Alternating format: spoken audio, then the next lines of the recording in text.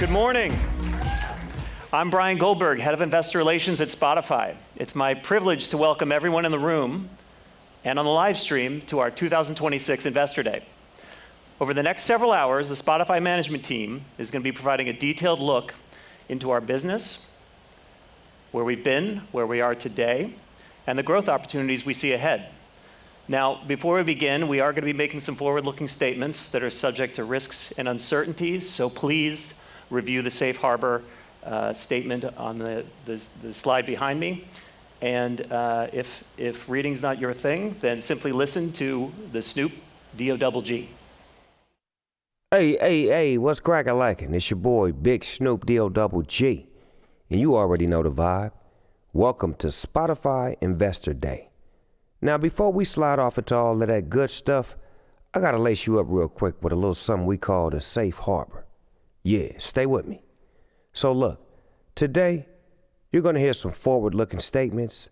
That means we talking about where the company might be headed, projections, expectations, estimates, and all that future talk. But let me keep it real with you. The future ain't set in stone. Things can change. Actually, results could come out looking real different, materially different from what's being discussed today. If you really want to understand all the risk and what could shift that picture, go ahead and tap into the company's filings with the SEC. That's where it's all laid out. Now, on top of that, you're going to be hearing some non-IFRS measures. Yeah, I know that sounds fancy, but all that means is we sometimes look at the numbers in a way that helps tell the fuller story. If you want to see how that all lines up with the standard numbers, check the appendix in the presentation. It's all broken down for you right there. And one more thing before I let y'all ride. Nothing you hear today means there's any obligation to come back and update these forward-looking statements later on if things change. Today is today. That's how we rock it. All right? Just like that, you're safely harbored. Now let's get into it. Over to the team. Over and out from the D.O. Please welcome to the stage co-CEOs of Spotify, Alex Norström and Gustav Söderström.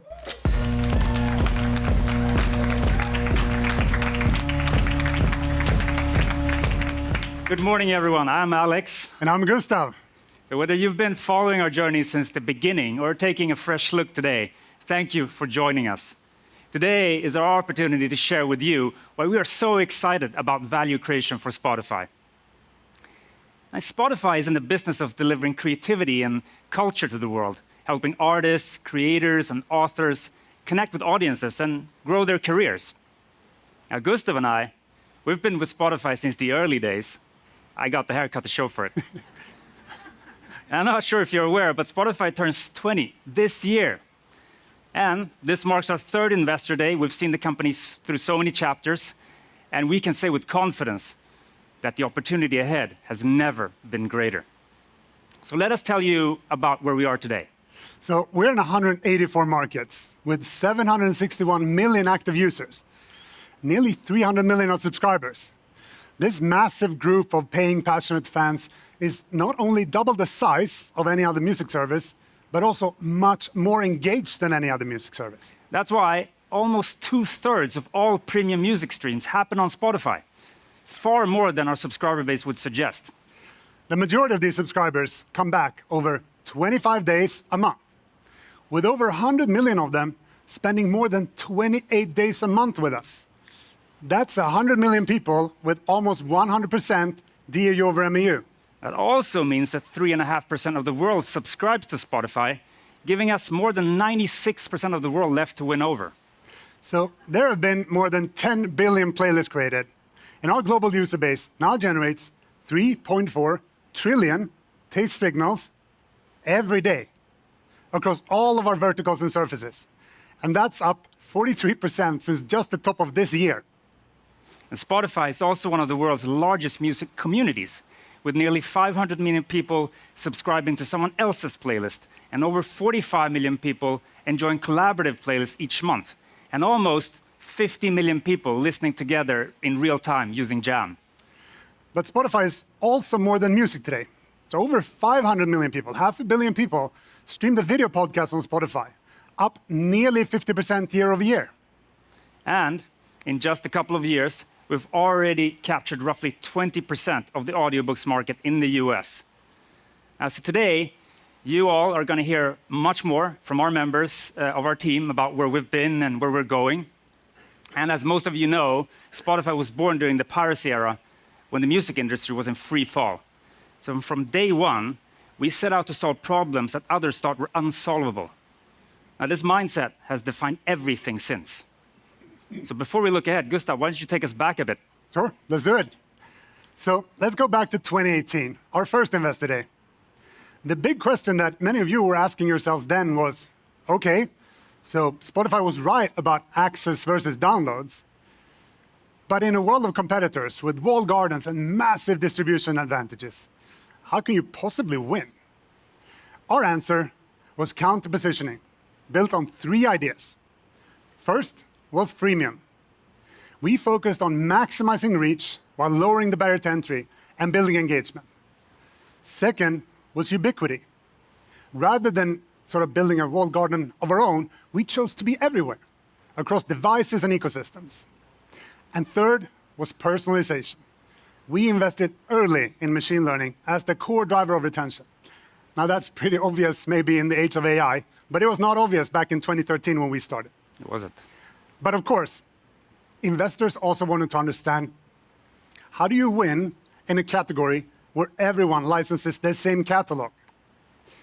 Our solution was that we would use the freemium tier to build global scale, and then we would win by out-innovating on the product itself. And we didn't just rely on 1 or 2 differentiated features. We built a platform that continuously turns user behavior into new product experiences and ways to create value. Spotify became the R&D department of the music industry, where new offerings are tested at scale, adopted across the ecosystems. So when we met again for our next Investor Day in 2022, 4 years later, we had delivered on that strategy, and quite a bit more, actually. But then the new question was, okay, so Spotify is now a great product, but will it ever truly be a great business with solid margins? And even more, can you ever actually go beyond music? Our answer to this question was the Spotify machine. The idea was pretty simple. It was to take all the capabilities that we had built for music and then extend them into new verticals, creating new business models, combining music, podcasts, and audiobooks into a single unified experience. All right, so let's take a look at what we have delivered since 2022. Let's start with users. So we have added nearly 340 million people to the platform. So the pace of this progress puts us well on the path to 1 billion users. We grew our subscriber base by over 110 million to reach 293 million subs. So this makes Spotify one of the largest subscription businesses in the world. And in revenue, we had a currency-neutral CAGR of 18%, reaching 17 billion euros in 2025. Now that almost reaches the long-term target we set. And we achieved a 32% gross margin in 2025, up from 25% in 22, beating our 30% goal. Yep. We shifted operating margin over 18 percentage points from around -6% to a positive of almost 13% in 2025. And importantly, this has flowed through to cash. Free cash flow went from close to 0 in 2022 to nearly 3 billion euros in 2025. So we've got a scaled, profitable business with a large and growing audience and multiple engines of growth. The Spotify you see today is very different from the one you saw 4 years ago. So how did we achieve this while continuing to grow users, subscribers, and revenue at high rate? Well, first, we renewed our contracts with the rights holders in the music industry. And we did this twice to make our music business model much more sustainable. Second, we grew our marketplace business at a much higher velocity, which contributed to improving our gross margin. And third, we reimagined our ads and podcasting businesses. While these were pretty hard pivots, they're putting us in a much better position long term. We then licensed one of the most compelling catalogs of audiobooks and added it to Spotify Premium in over 20 markets. Next, we launched global improvements to Spotify Free. making it even more competitive as a growth driver. And finally, we redesigned and reduced our org size to match our roadmaps, which resulted in operating leverage. Now, there are countless other wins we're not covering here, but the progress is evident. I love those audiobooks. All right, so let's jump into what you're asking now in 2026. We think the first question you have on your minds is, okay, you're a real business now, but is this it? Is it mostly just incremental growth from here on? Our answer, absolutely not. You will hear much more throughout the day, but here are two key takeaways that I want to take with you. Spotify is not a single product company, and our next chapter is not just about scaling the verticals that we already have. Sure, it's about continuing to improve our current monetization, but also about opening up new ways to monetize. Second, Spotify's opportunity to grow goes well beyond just pricing. There is actually no such thing as an average user, you will hear more about today. Engagement and willingness to pay follow a power law, and we see clear opportunities to capture more value from our most engaged users. The second question that I'm guessing a lot of you are asking is, what does AI mean for Spotify? Is it a tailwind, or is it actually a headwind? Guess what? It's a tailwind. Our view on AI is both pretty straightforward, but also somewhat contrarian to what some in the Valley may tell you. We do not believe that the advantage for us comes from owning our own general reasoning frontier model, what is called an LLM. Instead, we believe that general domain reasoning, like maybe coding, math, will stay widely available, especially given the massive investment and intense competition that you are seeing between the hyperscalers right now. So instead, our bet is that buying this capability on the open market will continue to be the most cost-efficient strategy. The advantage from us instead comes from applying general intelligence to something that is proprietary, dynamic, and deeply personal. It essentially comes down to the unique data and context that only Spotify has about users, what is often called taste. Taste is continuously refreshed, it's grounded in real behavior, and very, very hard to replicate. So rather than training general large language models, we are training what we call our large taste model. We have also referred to this as our large personalization model in the past. You know it's the same thing. This strategy lets us retain significant advantages and still benefit instantly from any frontier advances and the very aggressive price-performance cost curve that we're seeing there. We will cover this in much more detail today. Now, at Spotify, we don't capture people's attention with empty calories. We do it by delivering an experience that people truly value. And they stay because the product earns its place in their day, every day. Now, after nearly 2 decades, we understand that growth is driven by engagement and retention. Today, most platforms compete for time on app, whether it's minutes per day or hours per session. Now, Spotify performs well on that dimension. So from 2021 to 2025, streaming hours per subscriber increased globally by 10%. But we've never believed that all time is created equal. No. This is where Spotify breaks from much of the consumer internet. We are not trying to spark a binge. We are trying to become a trusted companion across more moments in people's lives. So we measure value not only by how long people listen, but how often they choose to return. Days in a month, not just minutes in a session. And that distinction matters. Spotify fits into the morning commute, the study session, the workout, the dinner prep, the evening wind down, and the story before bed. And importantly, a growing number of those moments are spent with Spotify around the world. And people listen across every device. Their iPhone, Garmin watch, Tesla, Roku, and PS5, just to name a few. And in fact, the number of times that you come back to us in a month and the number of devices you use might be among the most important metrics that we monitor. So this is how we think about engagement on Spotify. Now, the other key unlock to our effectiveness is our verticals. And music came first and remains the core of Spotify. Layering podcasts on top adds more days of engagement. And most recently, we've introduced hundreds of millions of people to audiobooks. And the result has created our most active and well-retained group of all. So those who use all three verticals, music, podcast, and audiobooks, are engaging with Spotify almost every day of the month. It's pretty crazy. It's pretty remarkable. Now, we have improved all three dimensions, use cases, devices, and verticals. And we've done so consistently over the last 5 years. This is exactly the type of engagement and retention that drives the growth of Spotify. And we're not stopping there. We recently introduced fitness, which we believe has the potential to become a meaningful vertical in its own right. And we have our eye on several more. Even our pricing is a retention story. We've raised prices multiple times now with minimal churn, and because users, they see the value and stick around.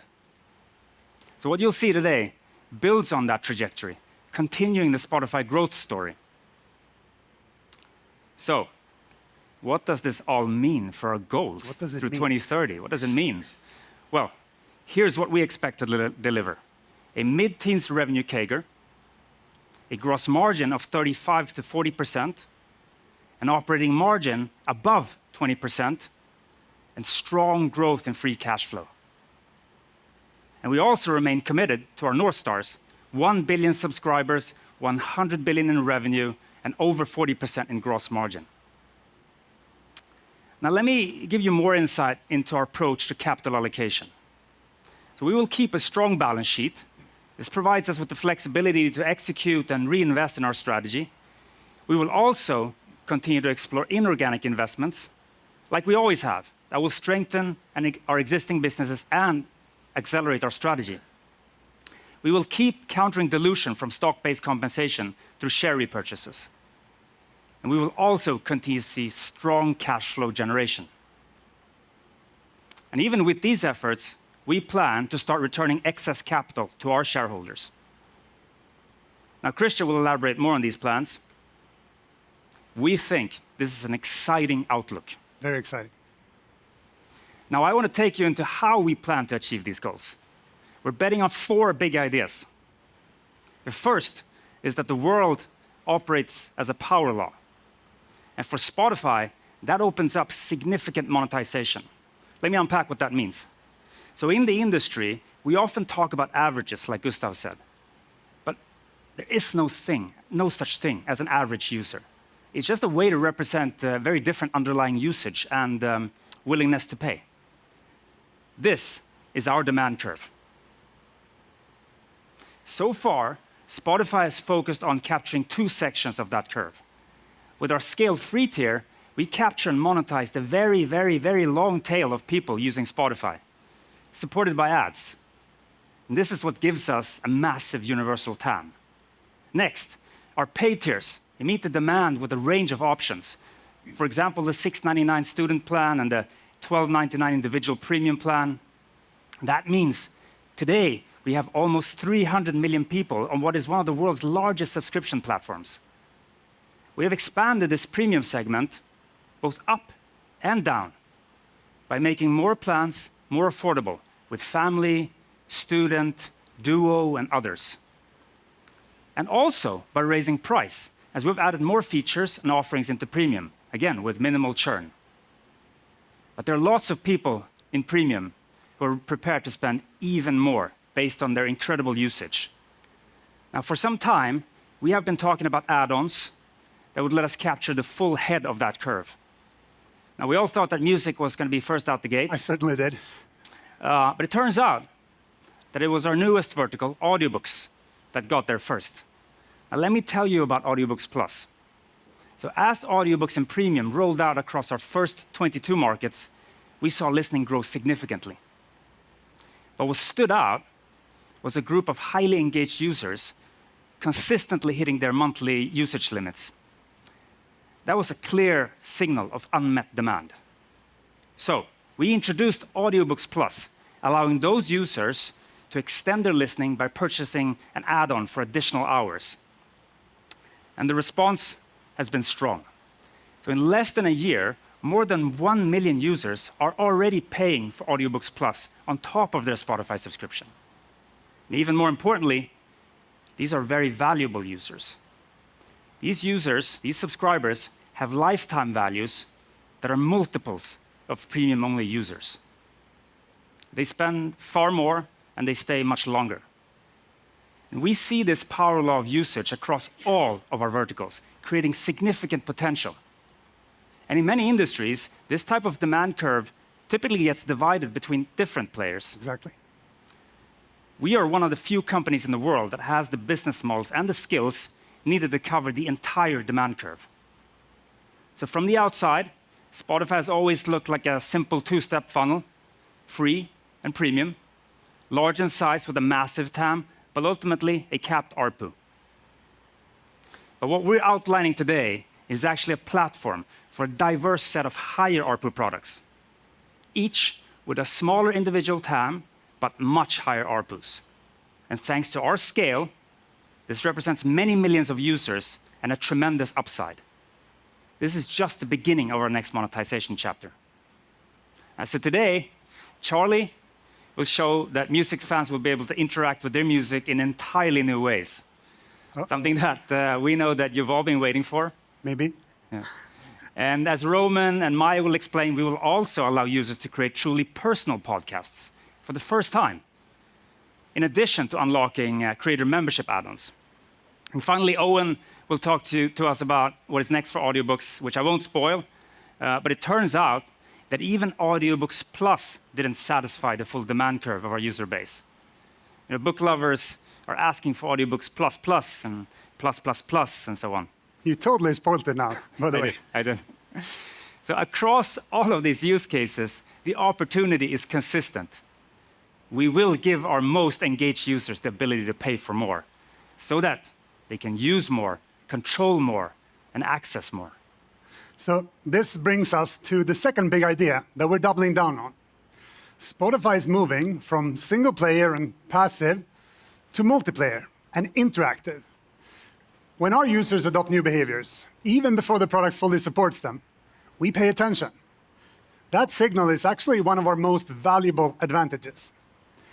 We see what people do, what they choose, what they share, and even what they say in natural language these days to us. That's right. So years ago, we saw something interesting in how our playlists were used. One person would start a playlist, then their friends would text back and forth to add songs, and then the original creator could share it with the group. At the time, Spotify wasn't designed for collaboration, but the signal was very clear. People didn't just want to listen, they wanted to listen together. So we added on-platform messaging and created the shareable playlist.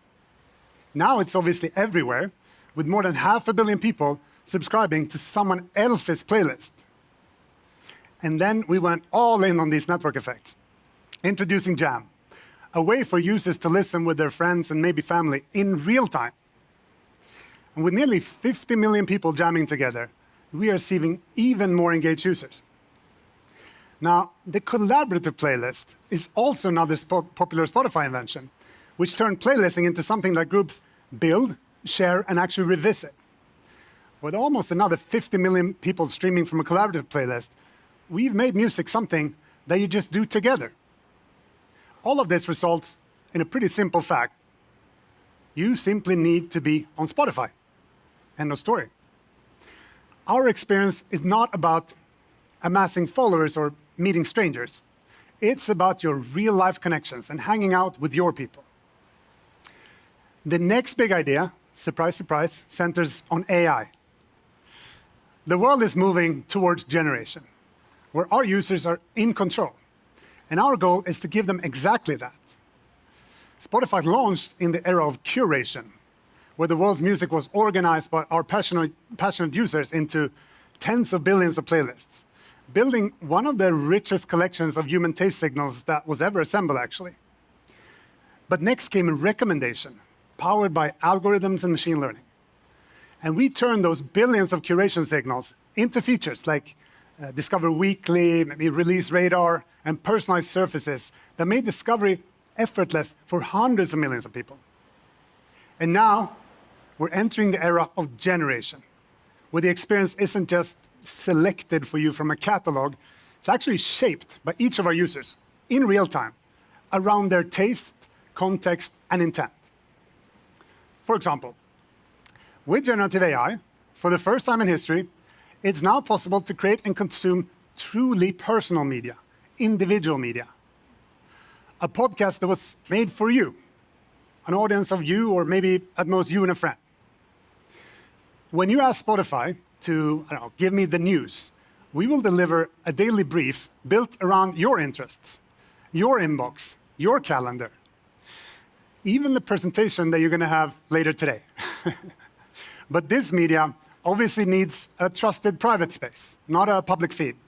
So we've built exactly that. We're already seeing people take advantage of this with tools like Save to Spotify, which we launched a couple of weeks ago, where you can use your agent of choice, like maybe Claude Code, OpenClaw, Codex, to create individualized content, like a narrated travel plan for your trip to Barcelona, or maybe dive deeper into a subject like token economy based on what you've shared with your agent, like notes, files, articles, and more. But today, there is no media player for both public and private content. Or put differently, there is no media player for the generative age. We believe Spotify will become that. Another way to think about this generative era is that computers finally understand English. This puts infinite creativity and control back in the user's hands. So for example, prompt a playlist, where you can ask it to create a playlist using your entire listening history, going up to 20 years back almost, or to create one around who won Best New Artist. A fan favorite? Make me a playlist with main character energy and send it to me every Monday morning to get me pumped up and confident for the week. This is a real user example, not made up. It's yours. And if you want to shape Spotify more broadly, Taste Profile lets you tell Spotify who you are and even who you want to be. No one else offers this level of control. Spotify truly becomes your media service. Okay, that brings us to our fourth big idea, time well spent. So the most precious commodity that we each possess is our time. Yet, across much of the internet, too many platforms treat time as something to be captured and not really respected. You know, feeds keep you endlessly scrolling, often leaving you feeling regretful and empty. We believe there's another path. We enable experiences that generate love and bring joy and inspiration and insights, so that the time that you spend with us doesn't deplete you, it energizes you. Now, we actively measure not just time spent, but how much of the time users consider valuable versus regrettable. And Spotify consistently ranks among the most valuable time that people spend online. And in our surveys, users report feeling good almost 90% of the time that they spend on Spotify. Now that stands in sharp contrast to broader industry patterns where users, especially younger ones, report actually regretting up to 40% of the time that they spend on other platforms. Even more in some cases. Even more. And in some cases, they regret up to close to 70% of their time. It's pretty crazy to me. This is what makes Spotify different. We are not maximizing engagement at any cost. We are building for something more satisfying and, more importantly, durable. And this is not just good for users, it's good for business too. Because it turns out that all time is not created equal, and people are willing to spend and pay for time that they value. And with that, let me invite another Gustav. I'm living in a world of Gustavs. This one is Gustav Gyllenhammar, to show you how this all translates into subscriber growth around the world.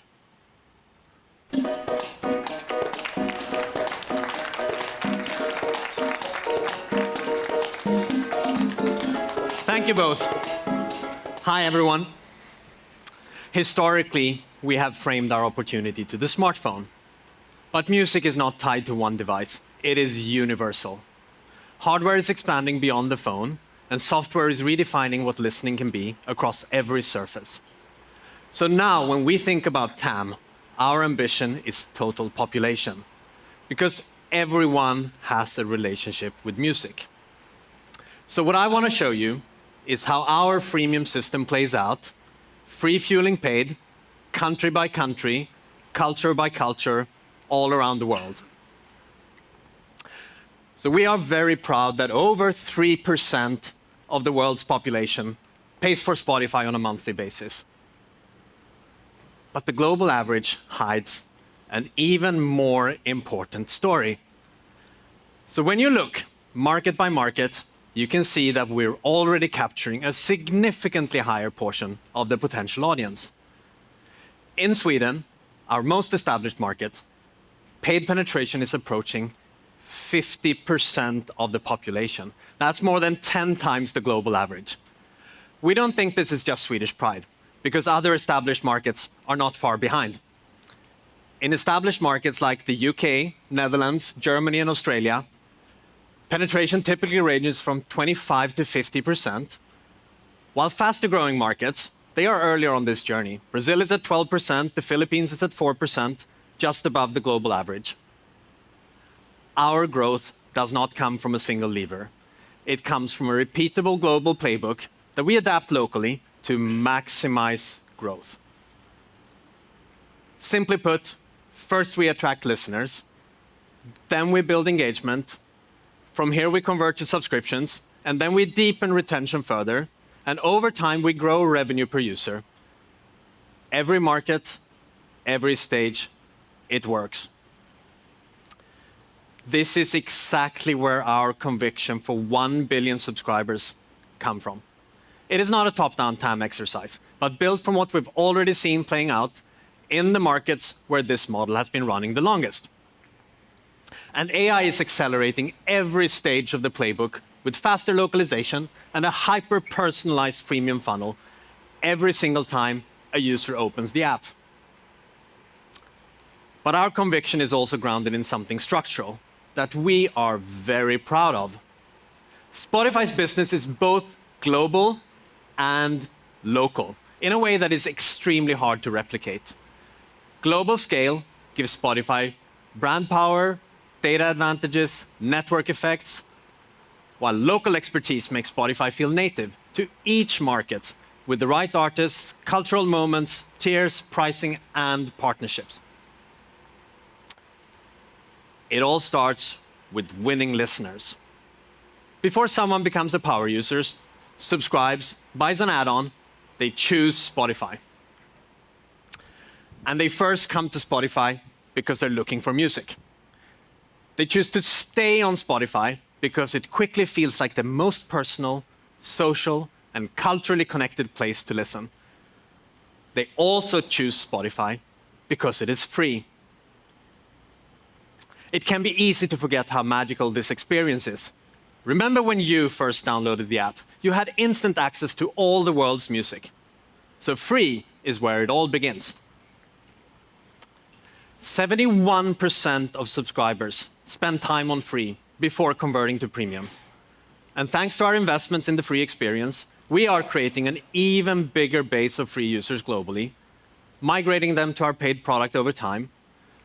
And our updated free experience that rolled out globally last year, it has improved engagement and retention across the board, resulting in double-digit engagement lifts with outsized positive impact for Gen Z.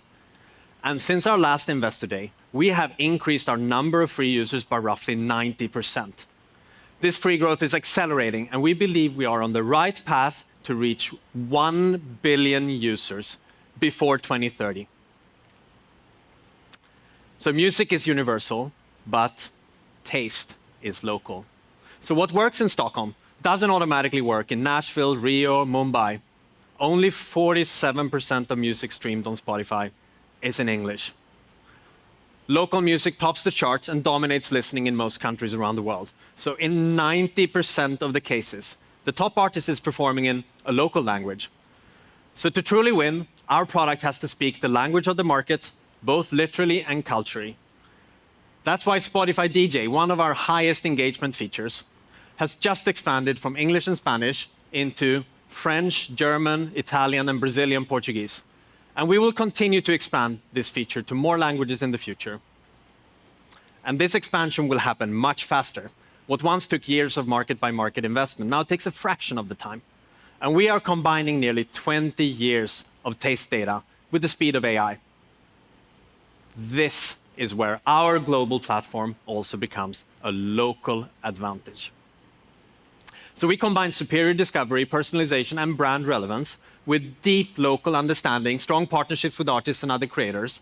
So take our recent BTS album campaign. It was uniquely Spotify. You saw millions of fans engaging in-app, while thousands of fans enjoyed our concerts and fan events we had in New York, Seoul, Sao Paulo, Mexico City, Tokyo, Jakarta, and Manila. It was truly one global moment, made local and interactive everywhere.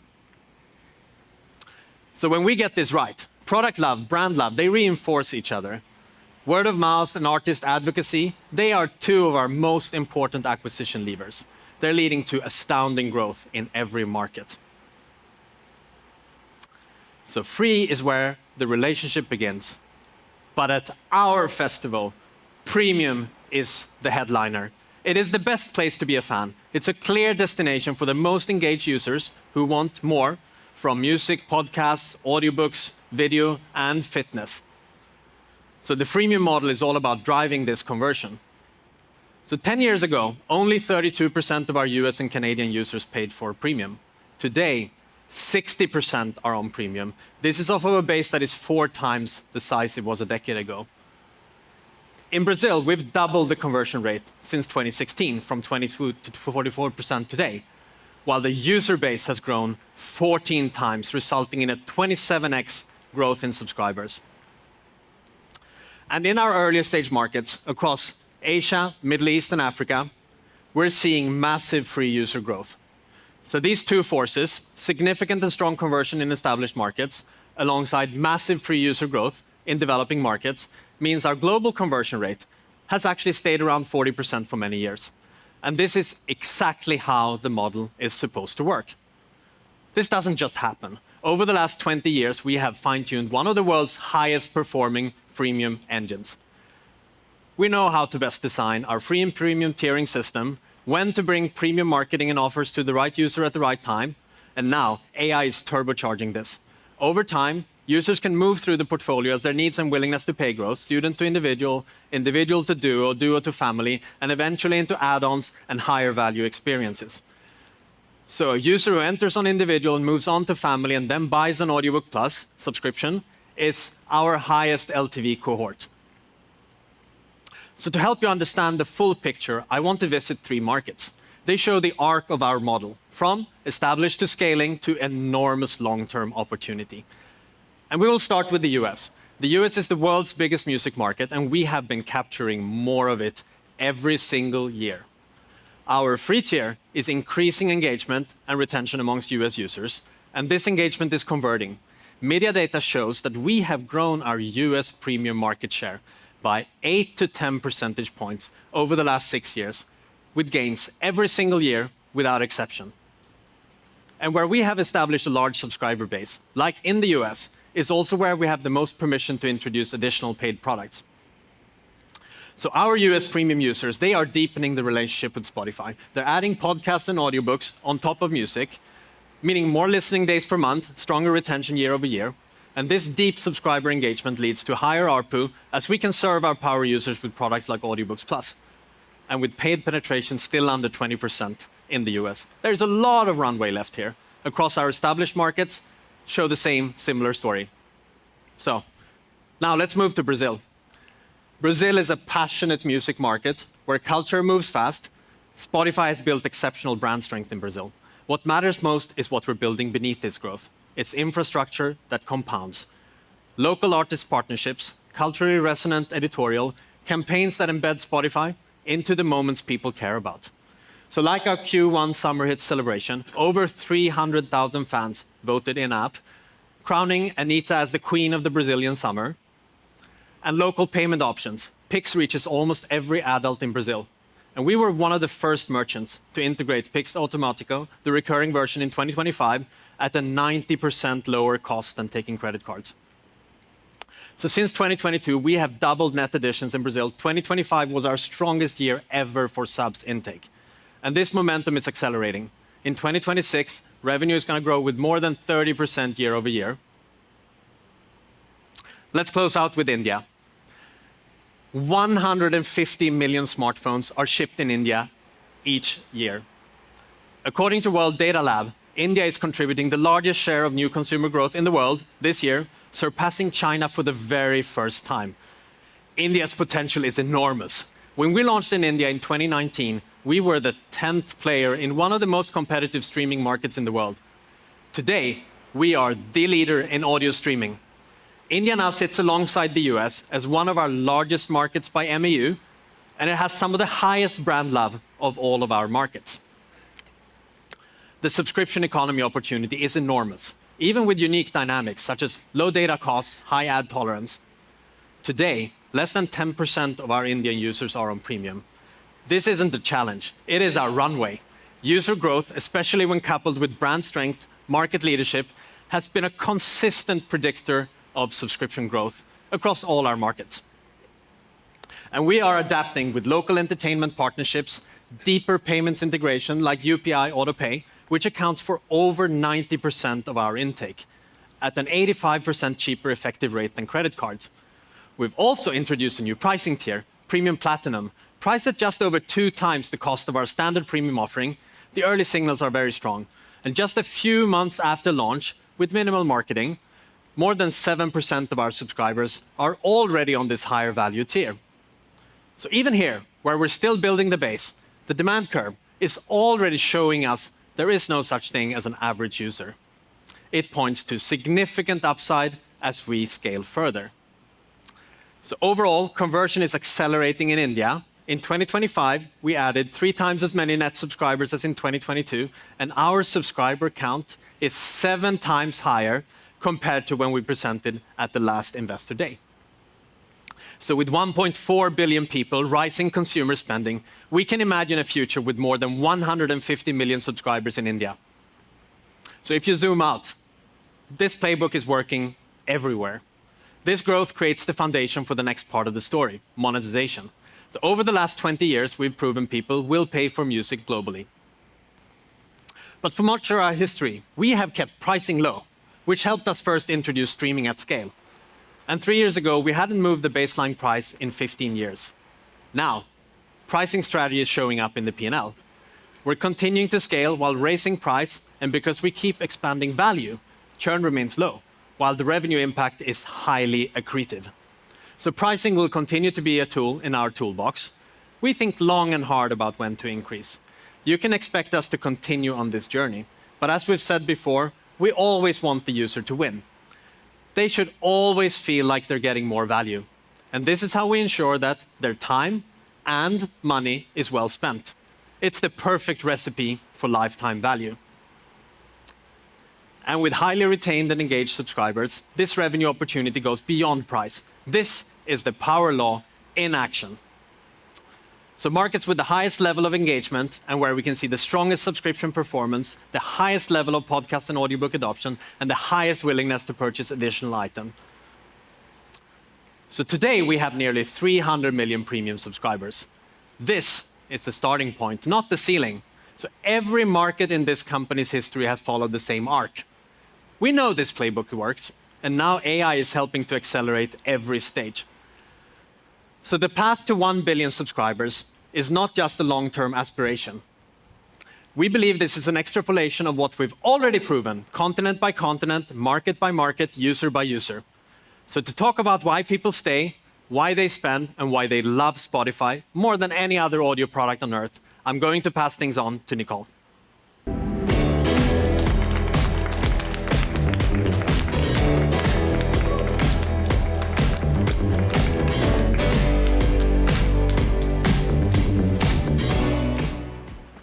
Thank you, Gustav. Every December, Wrapped takes over. Social feeds fill up at levels usually reserved for championship games or the biggest award shows. A Spotify product experience quickly becomes something people use to express who they are and connect with others. That's because Spotify is where product and culture meet. Last year alone, Wrapped generated more than 620 million shares. Why is Spotify able to deliver a marketing campaign that becomes a cultural phenomenon year after year? It starts with a simple idea: no regrets. Every day, we make deliberate choices so that time with Spotify feels worth it. We take ordinary moments and make them more engaging, more personal, and more meaningful through the experiences we create. This belief and the choices we make as we build trust with the user shapes how we design. It keeps us focused on experiences people value and deliberately choose to come back to, making us more efficient in how we invest our time and effort. AI is accelerating that dramatically. It is helping us move from signal to insight faster than ever before, interpreting user intent, identifying what matters earlier, and giving our teams a clearer view of where Spotify can create even more value. That matters because great product design starts with human judgment. AI does not replace that judgment, it strengthens it. It helps us focus our teams on the opportunities most likely to deepen the relationship between Spotify and our users. That means we can deliver a better Spotify to more than 760 million users while staying disciplined about what deserves to be built and scaled. When users feel their time with Spotify is time well spent, that encourages exploration. When people feel Spotify is genuinely enriching their lives through music, they become much more open to discovering podcasts, fitness, audiobooks, and other experiences across more moments of their day. We've pressure tested this beyond our own data. In April, we partnered with Morning Consult and Burson on a major brand affinity study across 6 major markets. What stood out was not just the ranking, but how people described their experience. Across major platforms, Spotify ranked #1 for time well spent. Asked the inverse, which service they never regret using, again, Spotify ranked #1. 2 questions, same answer. The signal's even stronger with Gen Z, one of our fastest growing audiences. Gen Z was our strongest generational cohort on time well spent, with almost 90% reporting overall satisfaction with Spotify. For Gen Z, Spotify is not just something they use. It consistently feels worth it. That matters, especially at a time when parents, myself included, are increasingly mindful of the time their kids and teens spend with screens. Not only is this the right product philosophy, it is also good business. It builds trust, it strengthens habits, and it makes people more likely to recommend the experience to others. And the single biggest source of new Spotify users is still a recommendation from an existing user. That only happens when the product consistently delivers. Brand love is not just a sentiment metric. It is acquisition leverage. It improves the efficiency of paid marketing, reinforces conversion from free to premium, and strengthens retention once people subscribe. In fact, just last week, we launched a special on-platform experience to celebrate Spotify's 20th birthday. In the first 6 days, almost 100 million people engaged in the experience, helping drive our single biggest day of subscriber intake ever. When you choose what to listen to, shape a playlist, or go deeper into a song's DNA, you are investing attention. And on Spotify, you leave with something. A mood shifted, an idea sparked, or a connection deepened. We hear from users again and again how Spotify is their companion throughout the day, even enhancing the experience of chores, cooking, and focus time. Music, books, and podcasts are not disposable formats. They ask for attention and intention, and that effort creates meaning. Because in a world of infinite content, the winners will not be the platforms that take the most time. They will be the ones that make time feel most valuable. Now, Nat will show you how that philosophy comes to life in the product. Thank you.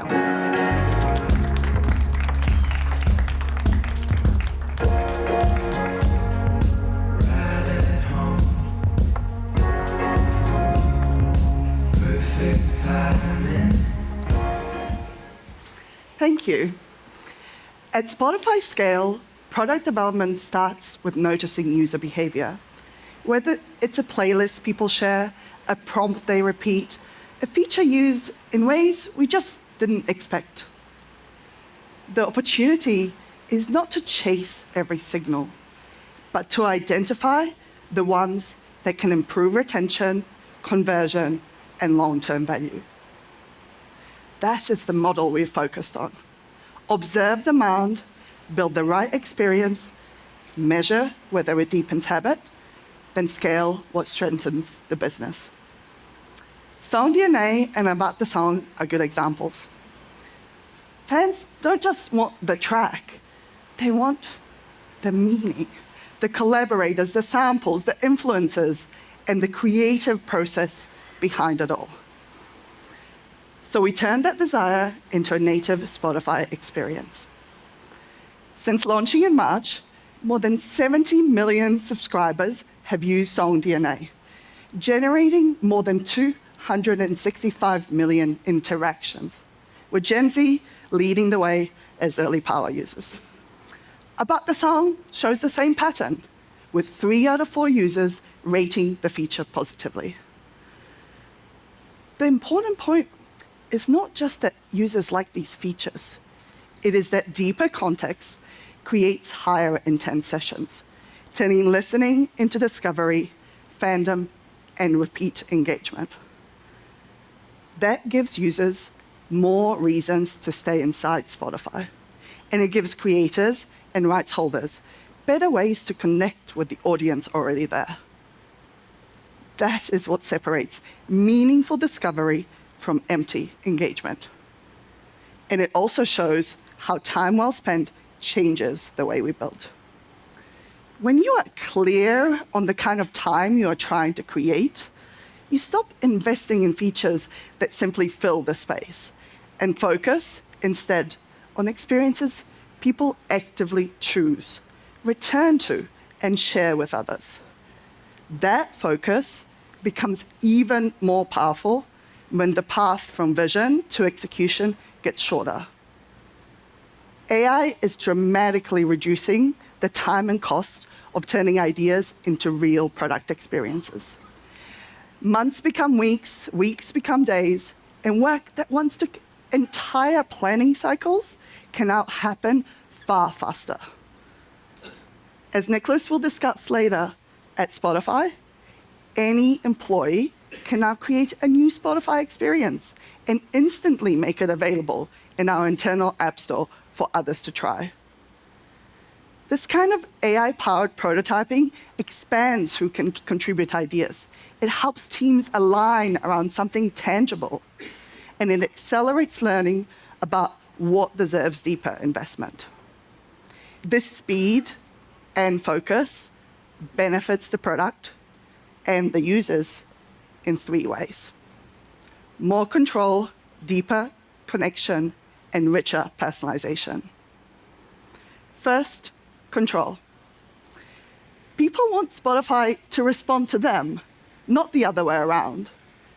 That is why we build features that let users tailor the experience around the moment that they're in.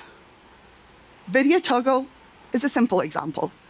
Users can decide when video adds to the experience. That kind of control builds confidence.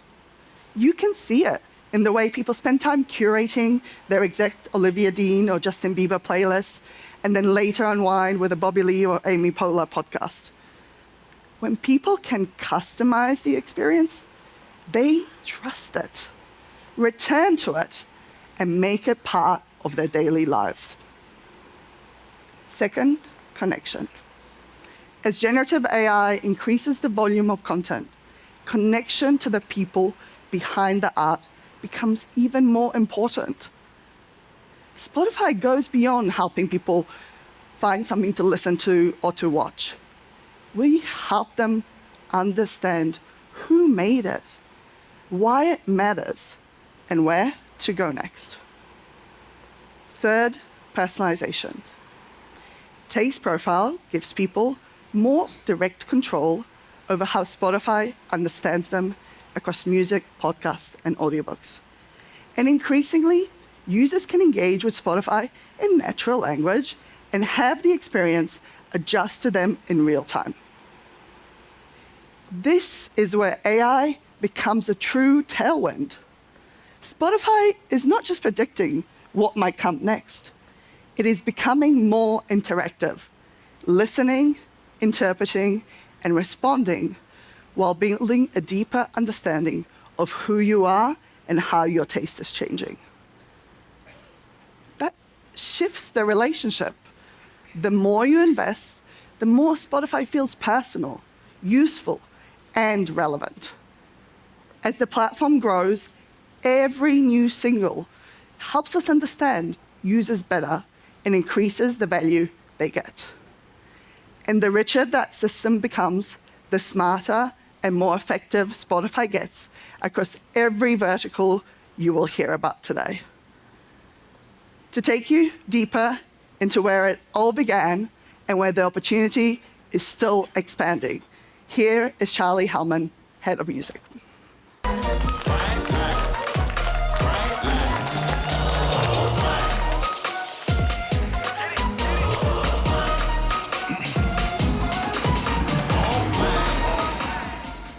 Thanks, Nat.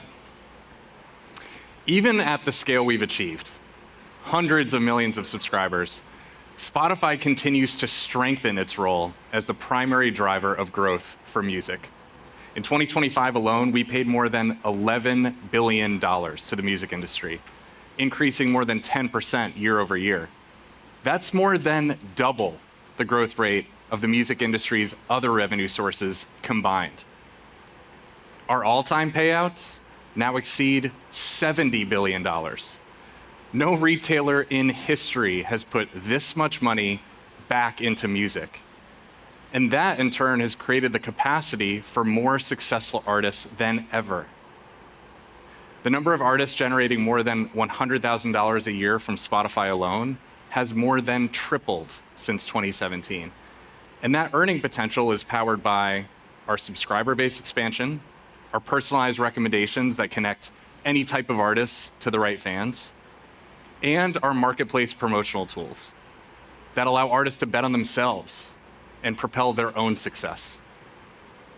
Our promotional tools for artists have become the most relied upon marketing engine across the industry, for both new releases and older catalog, from the biggest labels in the world to the do-it-yourself artists.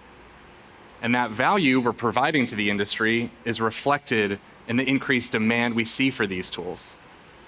The gross profit contribution of marketplace tools has grown 4x in the last 4 years. This is what we do. We identify hard problems in music for artists, for fans, and build solutions that move the industry forward. We did it with piracy, creating a legal experience better than the illegal one. We did it with streaming, turning the access model into real income. And we did it with discovery, helping more artists find and connect with audiences, even as the volume of music has grown exponentially. And it's only continued. Technology has been expanding music creation for decades, from bedroom production tools to do-it-yourself global distribution, more artists have been able to reach audiences and create than ever before. Spotify has always benefited from that growth, and our job is to make sure that that growth translates into real opportunity for artists. Today, we're entering a new moment.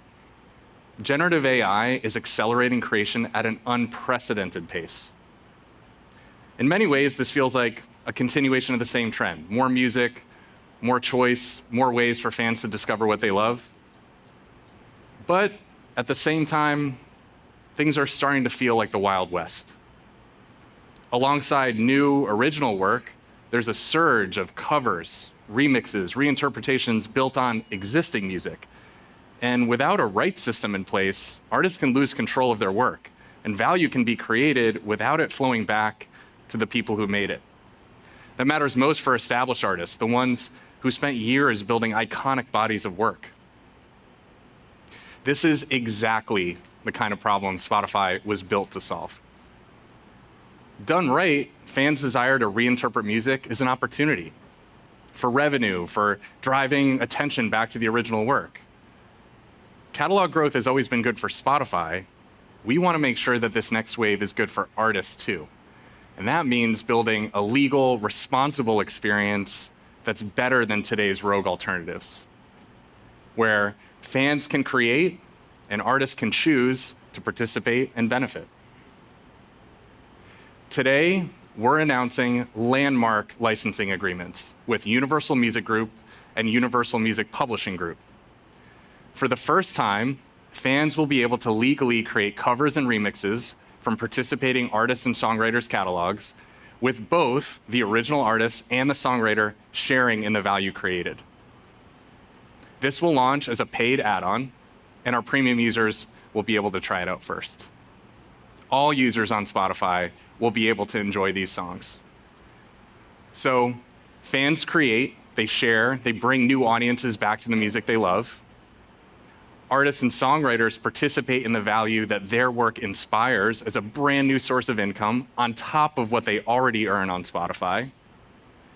And for Spotify, it unlocks fan spending amongst our super users that doesn't exist today. The goal is simple. Ensure that when fans create, artists benefit. This era of generation doesn't need to threaten the future of music. Because we built the system legal, trusted, and aligned, we can make sure that the value flows back to the people who created it. We're building with artists and songwriters. That means consent, credit, and compensation by design.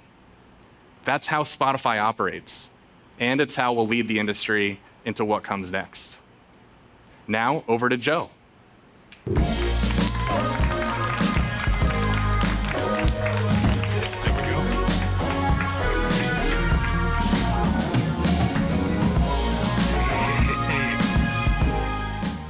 All right. Thank you, Charlie. Spotify has helped shape culture for years. It's probably not lost on anyone here that the most streamed artist in the world, 4 of the last 6 years, sings in Spanish. We're proud to have played a role in helping Bad Bunny's music reach every corner of the world. But here's what most people don't realize. That doesn't happen automatically in some algorithm. We have people who live and breathe music culture all around the world. They know what's bubbling up before it hits a chart. And when they spot something real, we can help it travel in ways no other platform can. That combination is hard to copy. Most platforms operate globally from a distance. We don't. We have the local instinct and the global reach, and they're working together in ways that no one else can replicate. In a world that is increasingly reliant on AI, the human expertise behind it becomes more scarce and more valuable. As Gustav said earlier, AI is only as good as the information it has access to, and we have 2 decades of it.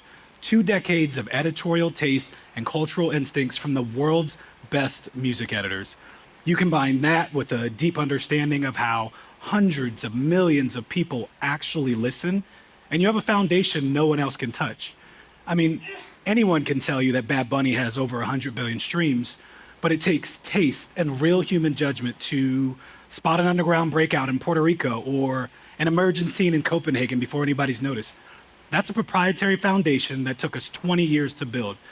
You can't shortcut your way to it. We're investing in bringing that same expertise to the surface so fans can experience the human side of Spotify. That instinct is what's bringing our playlist editors in front of the camera. Next month, New Music Friday, one of the most recognized brands in music discovery, becomes a video series. Every week, our editors will bring their taste and authenticity directly to fans, breaking down why the world is talking about the songs that just dropped. That's what makes us different from anything an algorithm can produce. And it's not just our editors. Artists are embracing video on Spotify too. Here's something that might surprise you. Spotify is now one of the largest music video services in the world. Official music videos, live performances, covers, all of it lives on Spotify. And it's seamless. You can flip from a track to a video with a single tap on your phone, tablet, TV, desktop. And today, more than 2/3 of all premium subscribers have watched music videos on Spotify. 65% say it makes their premium subscription more valuable. And for our most engaged listeners, watching a video leads to an 85% increase in streams of that song in the following month. You might wonder, how much more value can we add to a premium subscription after 20 years? The answer is a lot. As Nat mentioned, Song DNA and About the Song have already transformed how fans connect with the music they love. You add video in the mix, and we've added more to the core music experience in the last 12 months than in many of the previous years combined. And we're moving faster than ever. That video experience spans a full spectrum, from official music videos and live performances to original programming like Countdown to, Spotify Live Room, and Billions Club Live. Let's talk about Billions Club Live for a second. Billions Club Live celebrates artists whose streams have crossed 1 billion. For each performance, we bring the artist's top fans into the room with hundreds of millions of fans on our platform and the data to know who listens the most. It's something only we can do. Each show is captured on film and released globally. You've got The Weeknd in Santa Monica, Miley Cyrus in Paris, Ed Sheeran in Dublin, Bad Bunny in Tokyo, and our most recent, Olivia Rodrigo in Barcelona. Just wait until you see the final edit of that show. Let's just say our sound engineers earned their keep. And every clip I saw, you could barely hear Olivia's voice. The crowd was singing every word back at the top of their lungs. Now, imagine if we could ensure that fans like those kids in Barcelona, you know, the ones who truly deserve to be in that room, actually get there. Not just for a handful of superstars, for artists and tours at scale. Renee is going to tell you more about how we're making that happen.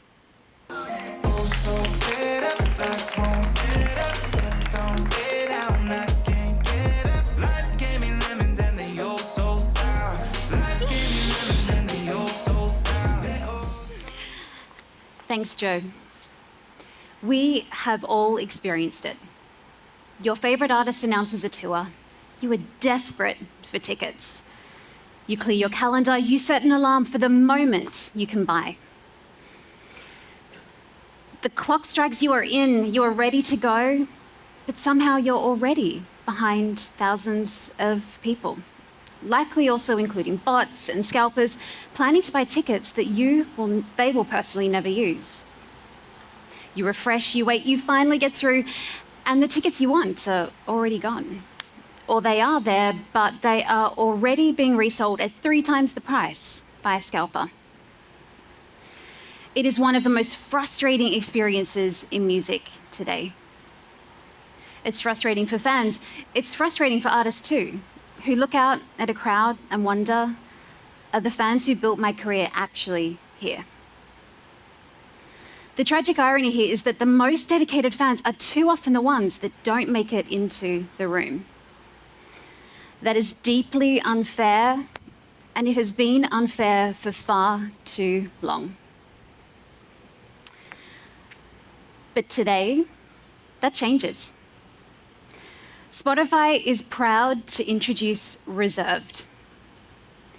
For the first time, an artist's most dedicated fans on Spotify Premium will have 2 tickets held just for them before they go on sale to the general public.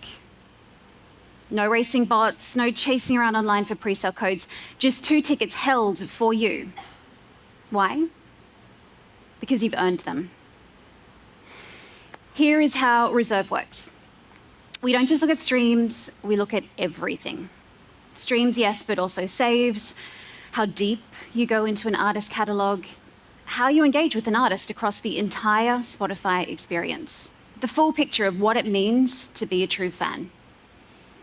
If you're selected, Spotify holds 2 tickets for you, actually puts them aside. You'll then have a dedicated window of time to buy before the general public rush. 1 tap, and we guide you directly to our ticketing partner to complete your purchase. Only Spotify can pull this off. Here's why. First, verified humans. Our premium subscribers are real paying fans, not bots, not brokers. Second, we know who the diehards are.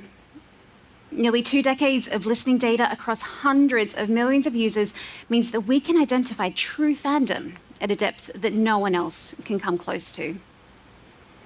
Third, we have the scale to make this really meaningful for artists. Spotify has millions of verified superfans ready, more than enough to fill every reserved seat on any given tour many times over. And we've already proven it.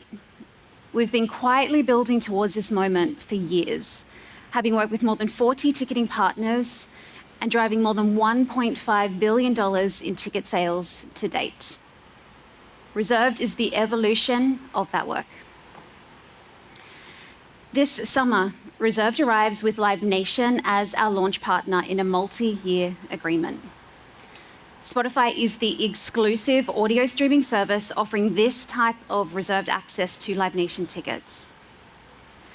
We will help fans get access to many of the most anticipated tours in the US, with more markets coming fast. Reserved is one of the most substantial improvements to Spotify Premium since the founding of the company. And this is just the beginning. We see clear opportunities over time to expand the experience in ways that create even more value for fans, for artists, and for Spotify alike. Every streaming service has the same music, but Reserved is something that only Spotify can offer. And that changes what it means to be a subscriber. Up next, Roman and Maya dive into podcasts.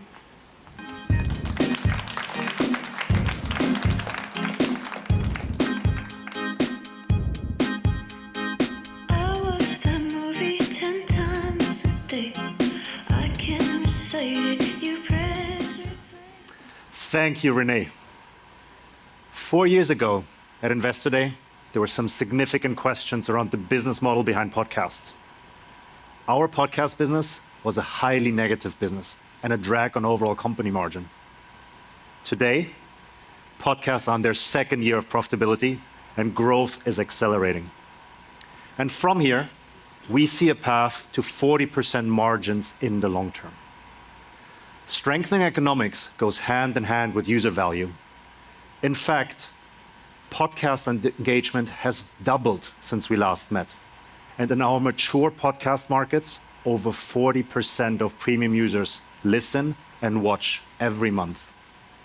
This is the advantage of moving first. We made a bet on podcasts and the amazing creators behind them. And we did it years before most saw the opportunity. Today, Spotify is the R&D engine of podcasts. We made the investments, we built the tools, and the outcome is clear. We've contributed more than $10 billion to the podcast industry in the last 5 years. The reason we can drive that much value back to the industry is simple. We are the only platform that operates at 3 layers. Number 1, we are a leading consumer platform for podcasts. By bringing podcasts into the core Spotify experience, we drive meaningful incremental value. We deepen habits, and that directly drives retention. Premium users who stream audio podcasts in addition to music are spending 3 more days on Spotify each month. users who stream video podcasts spend one more day on top of that. Number two, as a premium publisher, we're scaling our advertising business by leveraging deep engagement. Sponsorships, our fastest growing format, are up over 100% year over year. And we're unlocking a huge commercial opportunity with the ability to insert those sponsorships dynamically. Our new creator sponsorships product allows shows to monetize up to 50% more inventory by providing better tools to schedule, replace, and analyze their supply. Ultimately, this drives higher revenue while reducing the overall ad load, creating a better listening experience for users and helping each advertising partner stand out more clearly. And number three, we're building the most effective tools for creators. The Spotify Audience Network and the Spotify Partner Program create a unified foundation for monetization across platforms. Our distribution API enables more than 1.5 million shows to bring video to Spotify while keeping their existing hosting providers.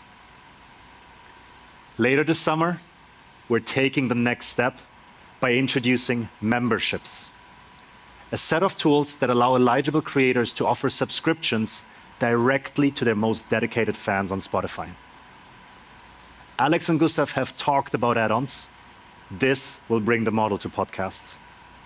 Passionate fans unlock deeper experiences, and fandom becomes recurring revenue. What makes our approach different is that we're not sitting between creators and their audience. Creators own the relationship. They have direct access to their subscribers with the ability to import and export across platforms. And for those who choose to manage subscriptions elsewhere, Spotify Open Access remains our open offering, allowing creators to distribute gated content on Spotify while using any of our partners. Everything we do is powered by world-class talent. The Ringer continues to define the category with authority and taste. Bill Simmons remains one of the most iconic voices in sports and culture, whether it be his shows or sold-out live events. Amy Poehler's Good Hang won the first ever Golden Globe for Best Podcast. In fact, for those of you in the room, you can check it out right there. And the Joe Rogan Experience tops Spotify Wrapped year after year. Wherever a creator builds, we give them the tools to grow. If creators win, we win. Next up, Maya will show you how the product drives the next phase.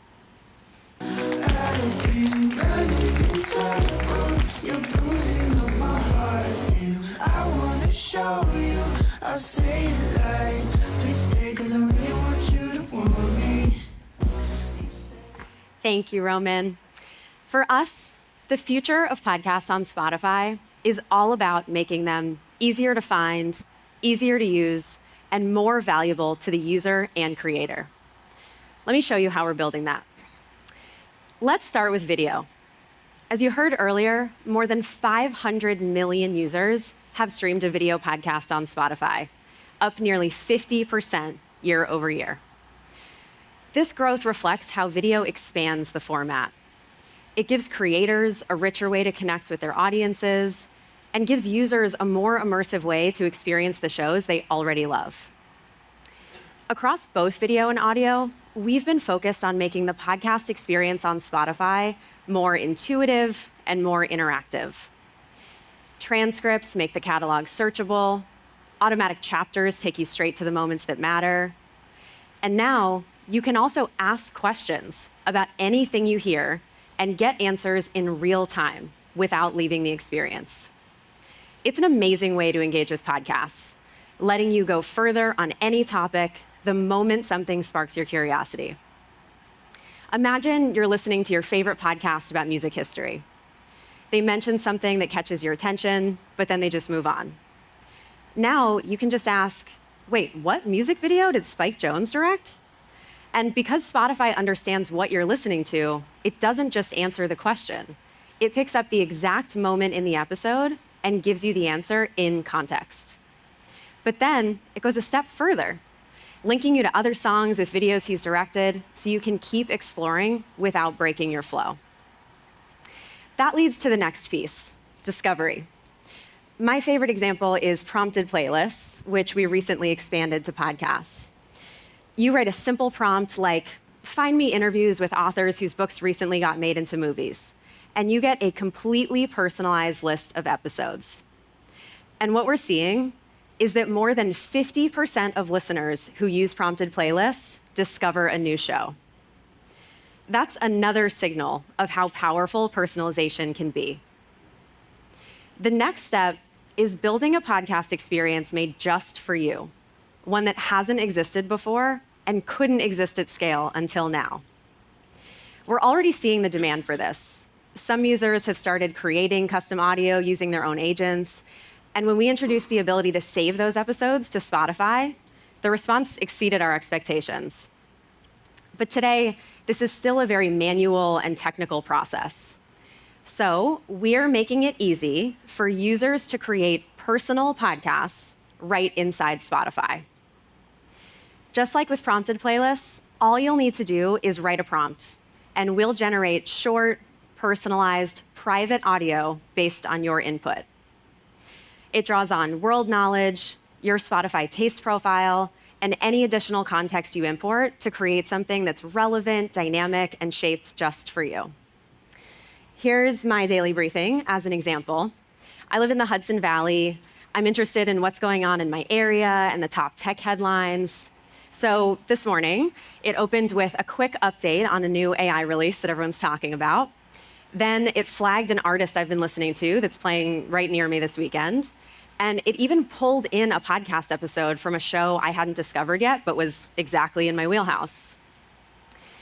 Another way I love to use this feature is to prepare me for the workday ahead.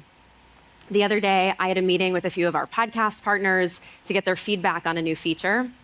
So I uploaded a doc with details about the update and some notes from the last time we met. And Spotify made me a personal podcast summarizing their feedback from last time, predicting some questions they'd have this time, and it even gave me some headlines about their recent episodes, so I'd have some talking points. This saved me a ton of time and let me head into the meeting with everything I needed, with a really short, convenient summary to listen to on my commute. Just like the monthly allowance of hours we provide for audiobooks listening, all premium users will have a monthly allocation of credits to generate podcasts included with their subscription. And power users who want to be able to do more with personal podcasts will be able to purchase additional credits for more inference. And speaking of power users, let's talk about fitness. This is a behavior that already lives across music and podcasts and video. And Spotify has the audience, the personalization engine, and the daily contextual relationship to make that behavior more valuable over time. We've been the soundtrack to people's workouts for almost 20 years. Now, through our Peloton partnership, premium users have access to more than 1,400 workout videos. And in just the first 4 weeks, we're already seeing strong engagement. But it turns out people don't just want to follow workouts, they want to shape them. So we're making that possible very soon with guided adaptive running sessions. You can prompt something like, give me a playlist for a 30-minute run at an 8-minute pace, and Spotify will select tracks in your taste, stretch them to the exact right tempo, seamlessly mix transitions between the tracks, and layer in coaching cues to guide you through your run. We see significant potential to build more experiences tailored to fitness enthusiasts. And that's how we think about the all-day user, someone who turns to Spotify across more moments, more use cases, and more parts of their daily life. Now, let's turn the page to the only audience at Spotify that's more engaged than podcast listeners. Here's Owen. Thank you.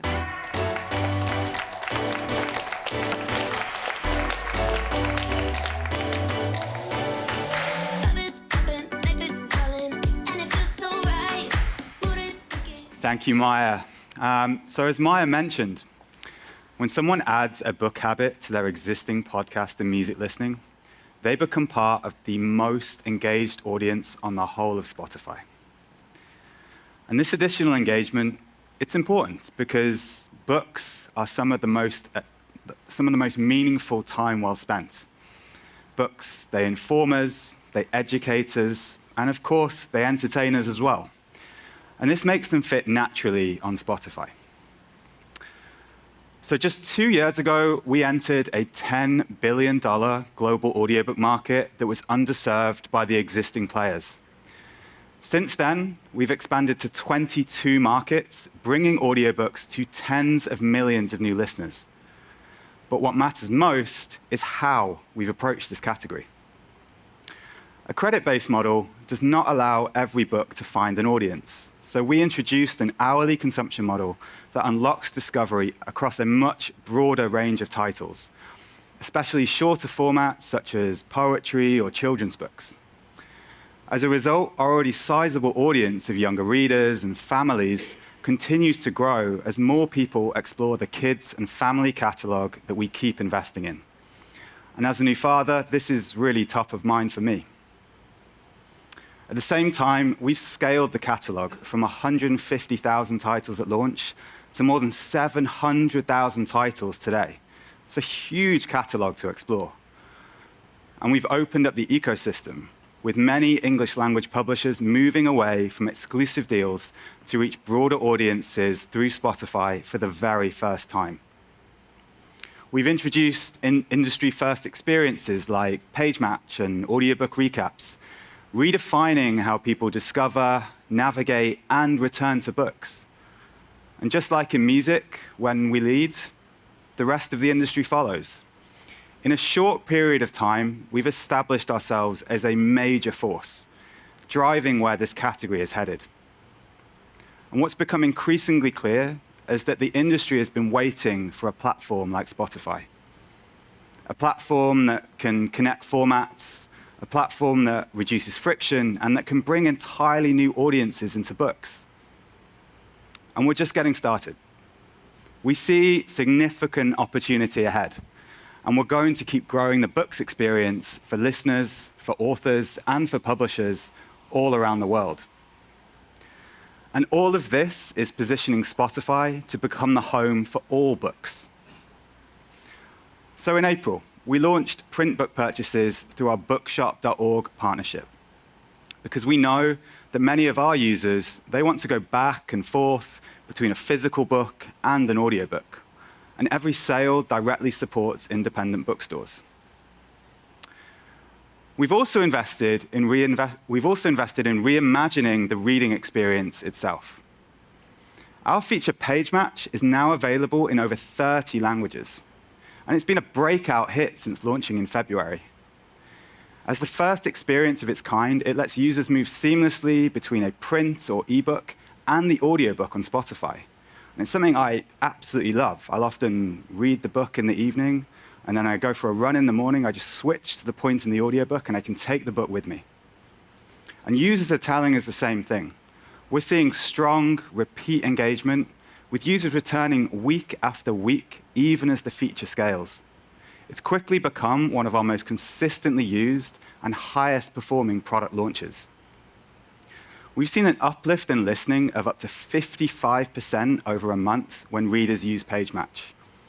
And it's particularly popular with younger listeners, with the average age of a Page Match user being 6 years younger than the average audiobook listener. And what's even better, users are finishing books twice as fast. That means users are reading more books, generating more revenue for authors, and purchasing more listening time. And this is exactly the kind of multi-format behavior that we believe will define the future of books on Spotify. And even best-selling authors agree with us. So thanks, Harlan, for helping me make that point. But we're also bringing entirely new audiences into the category. Almost half of Spotify audiobook listeners are under 35, which is meaningfully younger than the broader market. The audience is roughly 50-50 male-female, because we're helping publishing unlock one of its hardest to reach young audiences, which is men. And the great news is the publishing industry is growing, and audiobooks remain the fastest growing segment, with roughly 20 to 30% annual growth in the US. But Spotify? Well, we're growing even faster than that. Listening hours grew 60% from 2024 to 2025. Almost half of audiobook consumers started listening within the last 12 months, and our indie title catalog grew 50% year over year. And as you heard earlier, the economics are working too. I'm happy to announce that we are on track to reach $100 million in annualized recurring revenue from Audiobooks Plus only this July. And we're really excited about this product because Audiobooks Plus users deliver multiples higher LTV than standard subscribers who listen to audiobooks. But what makes this especially compelling is the user behavior underneath it. In the US, consumption amongst Audiobook Plus users increased 18% in the first 30 days of purchasing the additional hours. And that tells us something important. This is not just another content vertical.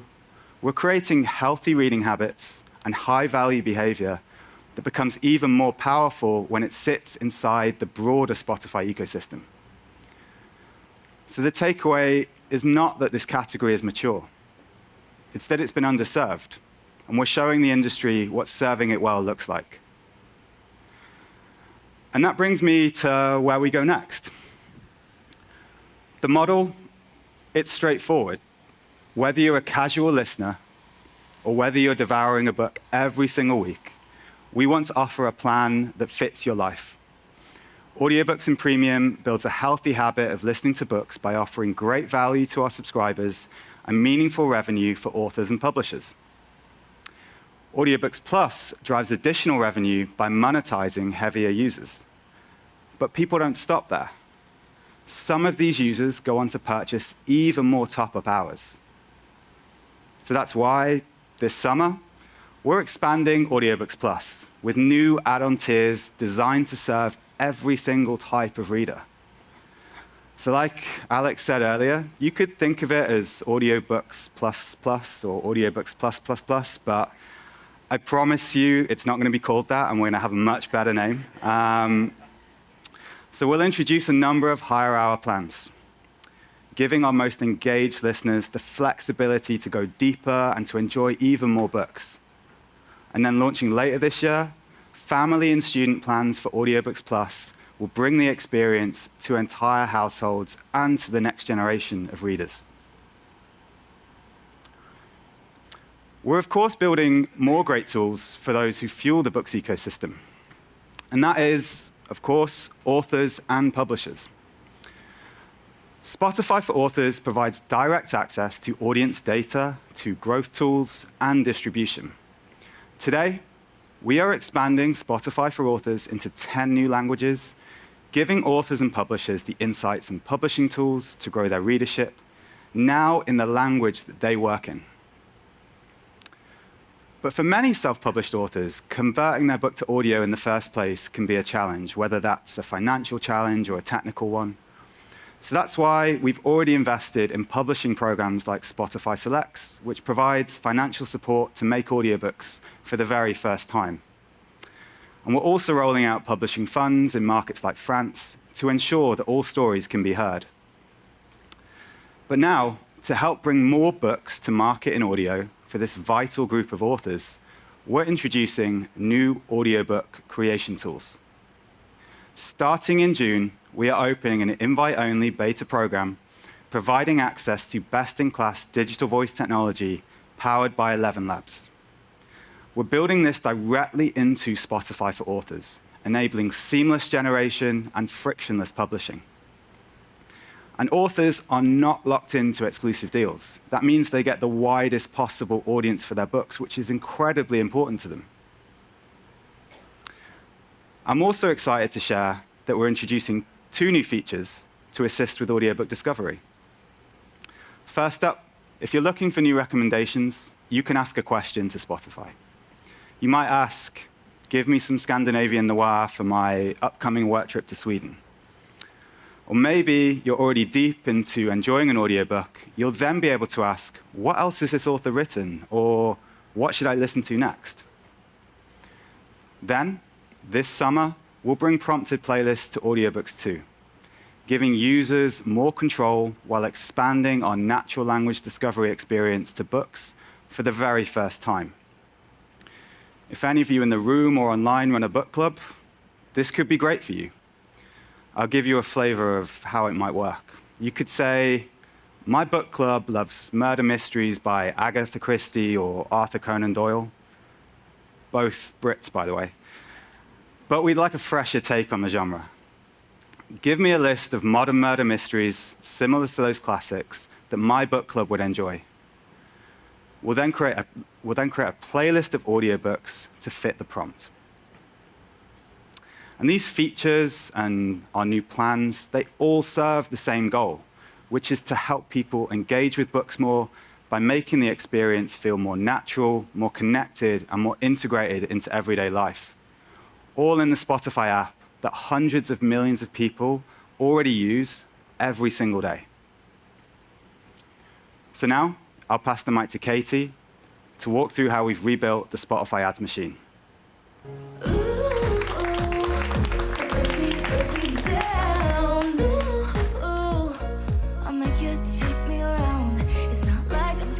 Care about me, but I think I just need a little company. Thanks, Owen. Our ads business is built on a simple belief. Advertising should respect the user experience. It should feel relevant to the moment and, at its best, become a part of culture rather than an interruption from it. Last year at Advance, we previewed our new tools and tech which make it simpler to buy, create, and measure. Now, the theme was automation, but the bigger idea was that our ads platform should be built for Spotify, not bolted on Spotify. And today, for the first time, it is. Our tech is now built for Spotify and the 483 million people who use our free tier.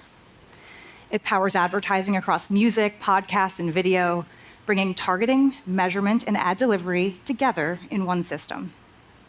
And because it was custom built for the Spotify experience, it's designed to drive outcomes for advertisers while respecting the user. Every day, we use advertising to support the free experience, introducing users to new products and features and helping free users understand the value of premium. We've built one of the world's largest subscription businesses by converting the users who start on our free tier. In a way, Spotify is the ultimate proof point for what our ads business can do. And we know we can drive those same results for advertisers. But a few years ago, our advertising business was not where we wanted it to be.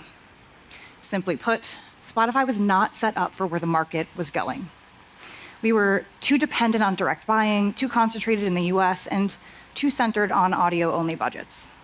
At the same time, marketers were moving toward automated, performance-based buying. Advertisers wanted measurable proof that their investments were paying off. We're the first to admit it took us too long to make the shift. But the good news is we understood the assignment. So we accelerated the pivot and stopped treating culture and performance as a trade-off. Instead, we doubled down on building for both. Now, we have high-impact sponsorships where the world's biggest brands tap into Spotify's role at the heart of culture and fandom. We also have scaled biddable, where advertisers can access Spotify through self-serve and programmatic channels, with the automation, measurement, and performance tools they expect. Together, these engines unlock TAM by attracting ad partners who want custom partnerships, outcome-focused performance, or ideally, both. We've dramatically expanded our potential upside. So let me explain why we're so confident in this plan. We're already seeing the early results of our investments.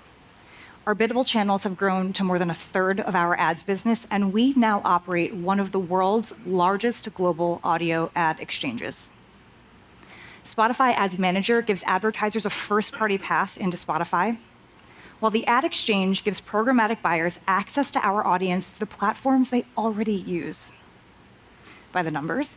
Active advertisers grew 68% year over year in Q1, including through the holidays and into the spring, a strong trend that we expect to continue. The growth is also becoming more global. In Q1, EMEA grew nearly 10% year over year, and LATAM grew 25% year over year.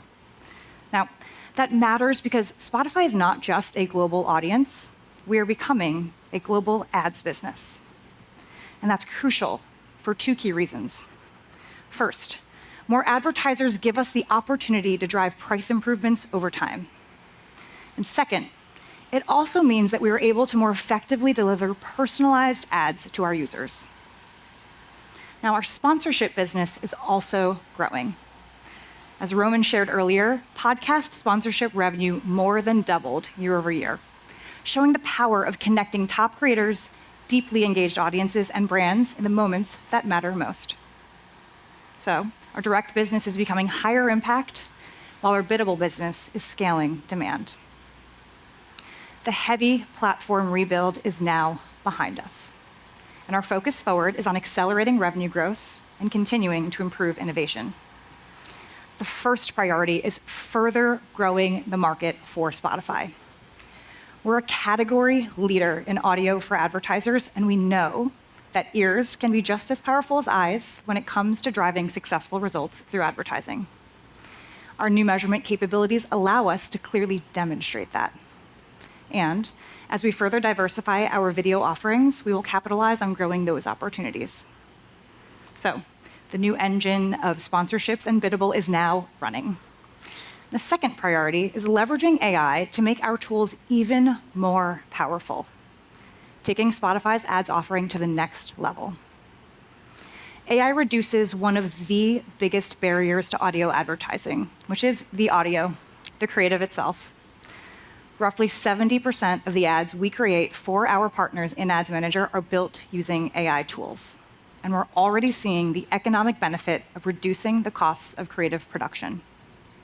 To date, we've generated more than 20,000 ads for over 7,000 advertisers globally, and that number is growing.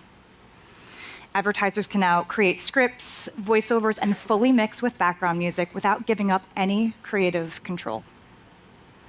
AI is also helping advertisers move more quickly from objective to campaign by improving audience discovery, optimizing delivery in real time, and helping us better personalize ad load for each individual user. In practice, that means customizing the volume of ads that each user receives based on their unique behavior on Spotify. The third priority is building new ad experiences that just weren't possible before. Brands can now sponsor playlists, be in the conversation with creators, and as Spotify introduces more AI-powered premium experiences, brands can also sponsor access to those moments. These are not your standard ad impressions. They are deeper, more organic brand integrations that connect advertisers to culture and turn love for Spotify's brand into advertiser value. That's exactly why we expect higher growth in the second half of 2026. Looking ahead, double-digit growth beyond that, and a much larger advertising business over time. When you step back, advertisers have always loved Spotify for our passionate audience, our deep engagement, and the role we play in culture. Now, we have the ads platform to create advertising experiences which fully harness that power. This strategy will drive better outcomes for advertisers, better experiences for users, and better monetization for Spotify. And with that, I'll hand it to Gustav to take you under the hood of the intelligent system that powers what we're building next.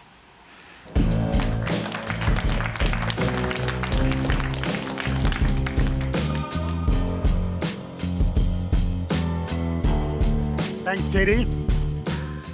So, 3.4 trillion data points from our hundreds of millions of engaged users every day tell us where we should go next. That's how Spotify has evolved into a product that others try to replicate, but often struggle to match. Now let me take you under the hood to see what drives that advantage. Our intelligence. Just a few reminders. As I said in my earlier remarks, we know that we need general LLM reasoning across facts and domains like math, coding, etc. And today, we're buying that and benefiting from that price-performance cost curve. We are instead spending our resources on building and training a large taste model, an LTM, using our proprietary data. Let me explain a bit further for you. So a traditional language model learns patterns in text by predicting the next word at massive scale. Our LTM actually goes a bit further. It understands not just text, but also every historical user interaction and every piece of content on Spotify. Our advantage isn't just in architecture or knowledge and keeping secrets, it's in the data, both historical but also ongoing. So training these models requires billions of real user behavior sequences over long periods of time, literally years. But unlike the static factual knowledge in an LLM, like the capital of Texas, taste is constantly evolving. So the model also needs to continuously learn from processing trillions of new signals. You simply need an insanely active user base every single day to stay relevant in taste. But there isn't just one data set, actually. There are several that we need to combine into the LTM. So first is that behavior layer that I just mentioned, the billions of historical user sequences and trillions of daily data points. But second is the metadata layer. So that's all the licensed and acquired foundation that maps hundreds of millions of pieces of content across our 3 verticals, along with all the rich metadata and engagement signals that power the Spotify experience. Third is the creator layer, less visible maybe to you, but equally important. And in fact, you may not know this, but we have proprietary tools developed by us, used by millions of artists, authors, and podcasters, along with their publishers, labels, and distributors. And these applications generate unique data that powers capabilities like Song DNA, where they correct their own catalog, etc., and further strengthens our recommendations and discovery. Fourth is the cultural layer. We're using systems that understand what is happening in the wider world, going outside of Spotify every day to inform features like about the song or prompt a playlist about what happens in the world in real time. But it doesn't actually stop there. Combined with modern reasoning capabilities, this understanding is actually interactive, not just static. So users can ask for example, as Maya said, a workout playlist tailored to their specific habits, or discover books, as Owen said, that fit their exact taste. This result is not just prediction, but the ability to actually shape and generate experiences in real time. That's how we think about the LTM. Not a standalone system, but a fusion of proprietary taste understanding with advanced reasoning. And this is where the economics come into focus. AI isn't just a cost layer for Spotify. It's a product and monetization layer. Our early model deployments are already improving the quality and effectiveness of our personalization, driving meaningful gains across the platform. This includes an almost 10% growth in autoplay song saves, almost 10% improvement in podcast discovery from home, and close to 20% increase in users interacting with DJ suggestions. This is a really big deal that has real implications for retention and lifetime value across our entire user base at scale. But beyond improving the core experience, our large taste model is also enabling entirely new kinds of products, including prompted playlists, the interactive DJ, taste profile, and many of the generative experiences that you've seen today. Already, these newer AI-powered experiences are being used monthly by nearly a quarter of our US premium users, so large adoption. And when cost per interaction continue to decline and usage expand, users get more value from Spotify, and we gain more opportunities to capture that value over time.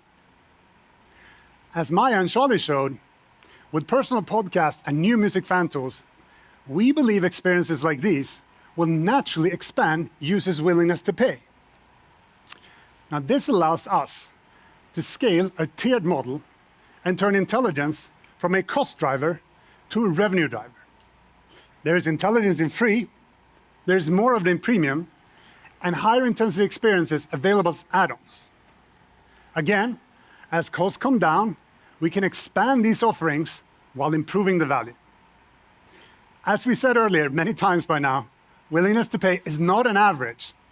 It only looks that way when you happen to have a single price point. In reality, it follows a power law, with usage intensity and willingness to pay scaling together. And I'm not just making that up. AI has already proven this. If you look at the leading LLM products, they are aggressively priced as a power law across usage tiers, because the heaviest users get meaningfully more value and are willing to pay much more. That is why we see AI as an opportunity, not a drag. Better product, more value captured, strong margins. That's the model. And that's what Niklas will show next, how we're putting this into practice to deliver more value, faster, and more efficiently. Niklas.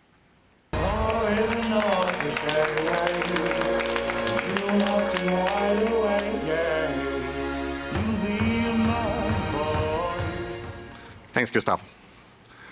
Now that Gustav has walked you through the large taste model, I'll show you how we leverage AI to build and ship, and why it's so difficult to replicate. Let us start with how we build. As Nat and Nicole shared, this is not just about productivity. It's about what becomes possible when capacity is no longer a constraint for us. And our engineers are spending more time on high-impact problems. AI is embedded across the entire workflow, and we've extended its utility with our own internal systems, making it secure and scalable. Honk, our background coding agent, is a strong example. It builds on leading coding agents, but it's tailored for Spotify, running persistent cloud sessions so engineers can seamlessly switch devices, collaborate in real time, and automate routine work. We're seeing up to 90% reduction in the time spent on common maintenance tasks, freeing developers to focus on user-facing innovation. Tasks like dependency upgrades and migrations now run fully autonomously, allowing teams to move even faster with less friction. I've been building software for over 30 years, and the AI transition that we're going through now is like nothing I've ever seen before. Today, more than 99% of our developers use AI weekly. Coding productivity is up 76% since last year, from what was already a very high level. More than 73% of our code contributions are AI-assisted across more than 4,500 production changes that we ship every day. And at the same time, quality remains stable. In fact, as I've been preparing this presentation over the last few weeks, we've had to change these numbers multiple times because they keep going up. We're no longer primarily scaling through headcount. We're scaling by increasing the impact of the people that we already have. You can also see this in our economics. Revenue per engineer is rising. Each engineer's work reaches more users and supports more use cases. Our ability to scale our R&D has changed with AI. And once these systems are built, the cost to serve each additional user will further improve. In practical terms, one engineer now supports more output, more features, more surfaces, and more user value. The same team can power a broader and more complex set of experiences. Next, let's take a look at how we ship. As Nat mentioned, we moved beyond traditional prototyping. Today, anyone at Spotify, not just our engineers, but also our product managers, our designers, and business leaders, as in fact, all the way up to our executives like Gustav, can and do build working prototypes right on top of our production code base. Our real data, our real design system, all running inside our actual app. We have an internal app store where these prototypes can be discovered, installed, and tested, all kept in sync with our live code base. Ideas are now tested in real conditions and with far fewer resources than before. What used to take weeks can now be validated in minutes. For most of the streaming era, platforms had a wide downlink and a very narrow uplink. We could deliver millions of pieces of content, but user could only respond back to us with a skip or save or like. We then had to infer their intent. Gen AI changes that dynamic, making the system interactive. We move from guessing to understanding, and from one-way consumption to real-time collaboration, with users telling us what they want in natural language. Today, you've heard about DJ, prompt a playlist, and taste profile. Together, they represent a shift towards a more interactive and user-controlled Spotify. And today, I'm very excited to tell you about how this shift is coming to life in Studio by Spotify Labs, a standalone desktop app that takes personal podcasts further. It will be available soon as a research preview for premium users in more than 20 markets. Studio understands your Spotify taste across music, podcasts, and audiobooks. It can draw on world knowledge, and with your permission, connect to services like your calendar, inbox, notes, and feeds. You simply ask for what you need, like a briefing for your day or an overview of your weekend plans, and Studio creates it for you. And because it's built for Spotify, the output can be saved directly to your library, where your personal, private content lives alongside the music, audiobooks, and podcasts you already love. By understanding, building, and shipping faster than ever, Spotify is becoming the home for personal media. Not just what already exists, but what users create and carry throughout their day. Finally, let's dig into what sits underneath all of this. Gustav described our large taste model and the data advantage behind it. Let me show you what's actually inside. The model is trained through continued pre-training on our proprietary dataset. Every track, artist, and podcast in our catalog is mapped to a learnable token that captures both what the content is and how users engage with it. And like traditional recommendation systems that predict from historical patterns, the model generates candidates directly, much like a language model generates text. This is the architectural shift that makes the generation era Gustav described technically possible. That is also what makes our agent fundamentally different from a generic AI assistant. Most start from zero every session. Spotify reasons natively over taste so that conversation reflects years of real listening behavior, not just a prompt and a search query. But what we've built is not just a model. It's a system where data, models, agents, and our engineering platform work together to deliver personalized experiences at scale. And because it runs on what we believe is the world's largest licensed audio and taste dataset, it compounds. Every interaction improves the model, and every improvement can reach hundreds of millions of users through a single platform. And because this system is built on licensed data, trust is foundational. Spotify's role is at the center of the ecosystem, strengthening the connection between creators and users rather than abstracting away from it. This is what we mean when we say that Spotify does not rent the future. We build it. Now over to Christian.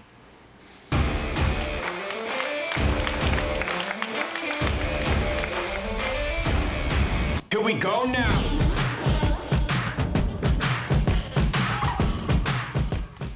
Hello, everyone. Nice to see you all here today. Before I start, let me tell you that all growth rates that I will be referencing are on a constant currency basis, unless otherwise said or noted. I wish I had a cool guy telling that instead for me, but next time maybe.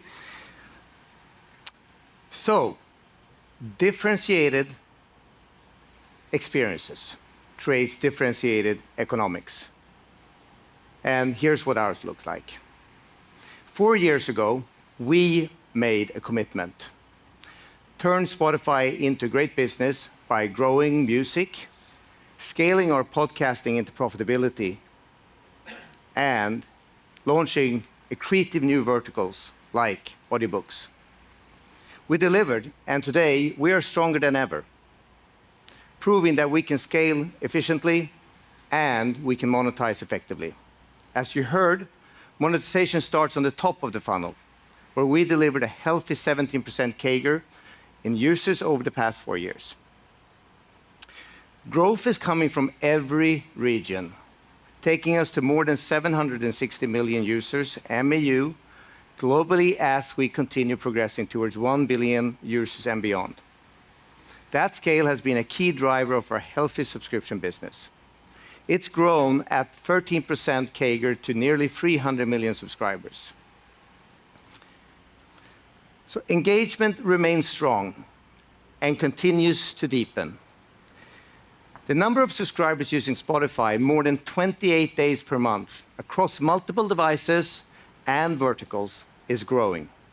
That breadth and frequency of use is a powerful drive of retention. Those fundamentals, scale, engagement, and retention, that drives our financial model. So here's what that means for our performance.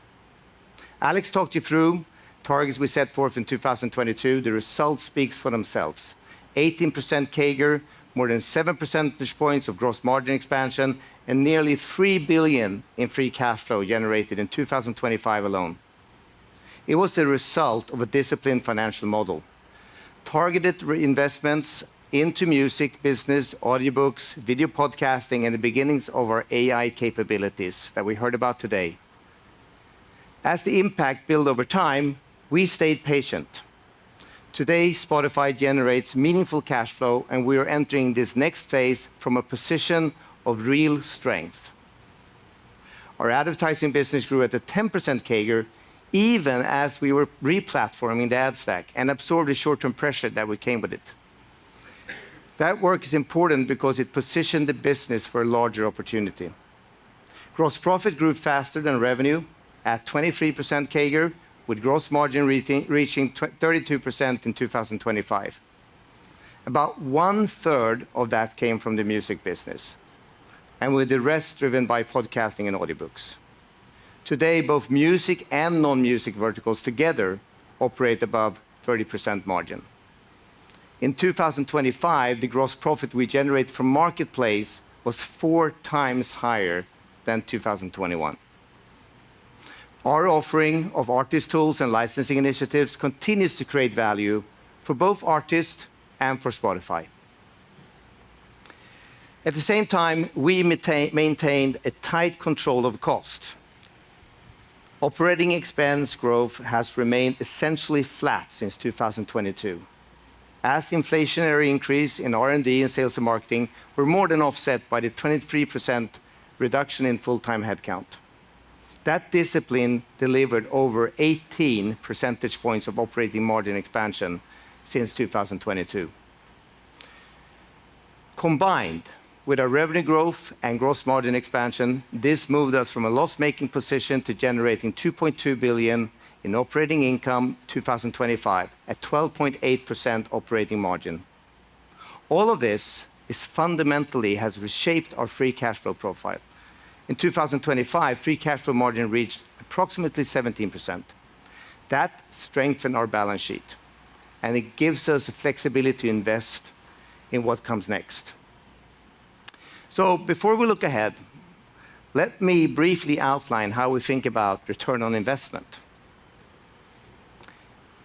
It shapes our financial strategy. At Spotify, we invest where we can generate returns above our cost of capital, and we stay disciplined everywhere else. But what makes our business unique is that the most reliable leading indicator of a return above WACC isn't always IRR on a spreadsheet. It's an increase in customer lifetime value. And you heard the mechanics throughout the day. The KPI we underwrite are centered on engagement, revenue, efficiency, and retention.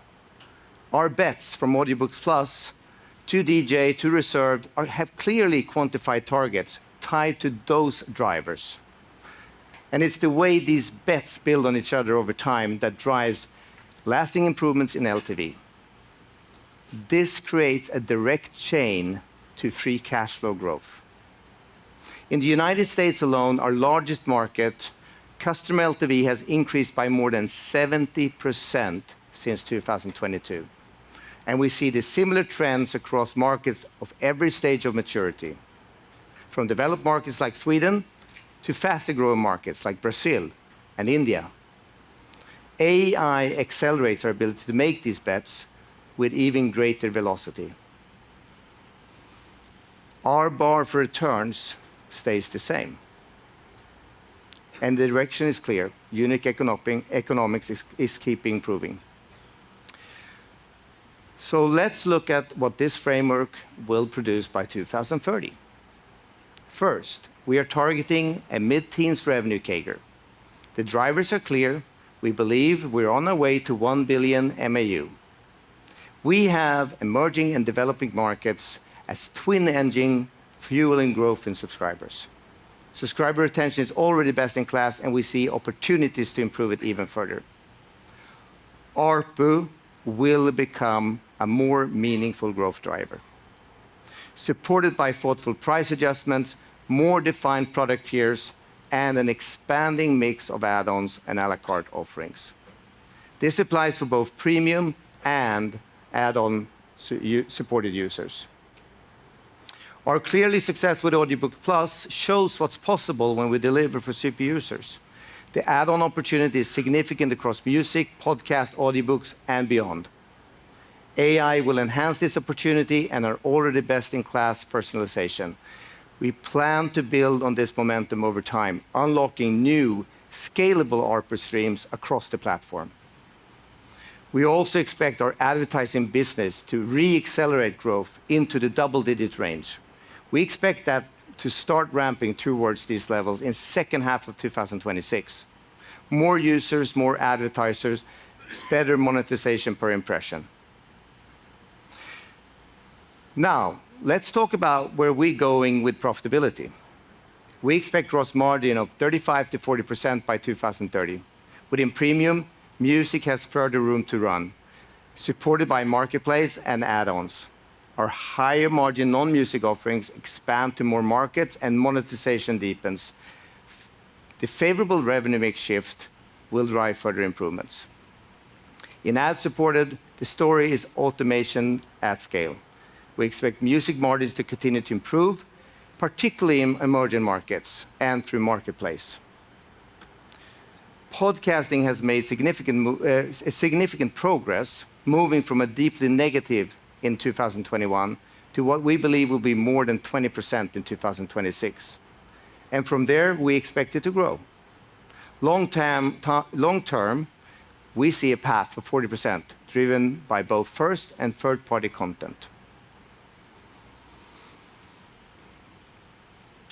At Spotify, we manage cost with rigor and with constant focus on efficiency. That discipline underpins our ability to scale financially. It gives us both speed and flexibility to invest where we see strong returns. We see strong returns potential, we will go there. In 2026, we are investing in areas where we see clear returns. As we mentioned on our last earnings call, the OpEx will step up. We have told you that for quarter two. It will step up in quarter two and quarter three before moderating into quarter four and 2027. This represents a temporary increase of roughly 200 million on marketing and R&D. We will naturally calibrate these costs as we move through this short-term increase. And as you have seen from us over the last 4 years, we always strike a balance between investments and ensuring sustainable margin expansion. This will not change going forward. On the marketing front, we are investing opportunistically to drive conversion and increase LTV, featuring key product enhancement. Our focus on differentiation, conversion, and retention is why we continue to add value to premium. This enables monetization over time. The customer acquisition cost is incurred upfront. We know that. The payoff comes from higher LTV, growing revenue at scale, in addition to improving sales and marketing leverage. Our AI R&D spend has two pieces. This is primarily, the first one is somewhat front-loaded, and that is primarily the large taste model that Gustav just talked about. This will drive improved personalization and scale the new add-ons. The second one is ongoing, recurring developer usage of AI like Claude Code. This will lead to shorter build and ship cycles. And our global scale makes distribution and monetization of every new product more efficient. As these two forces compound, we will see accelerating LTV expansion, shortened payback periods, and improved operating leverage.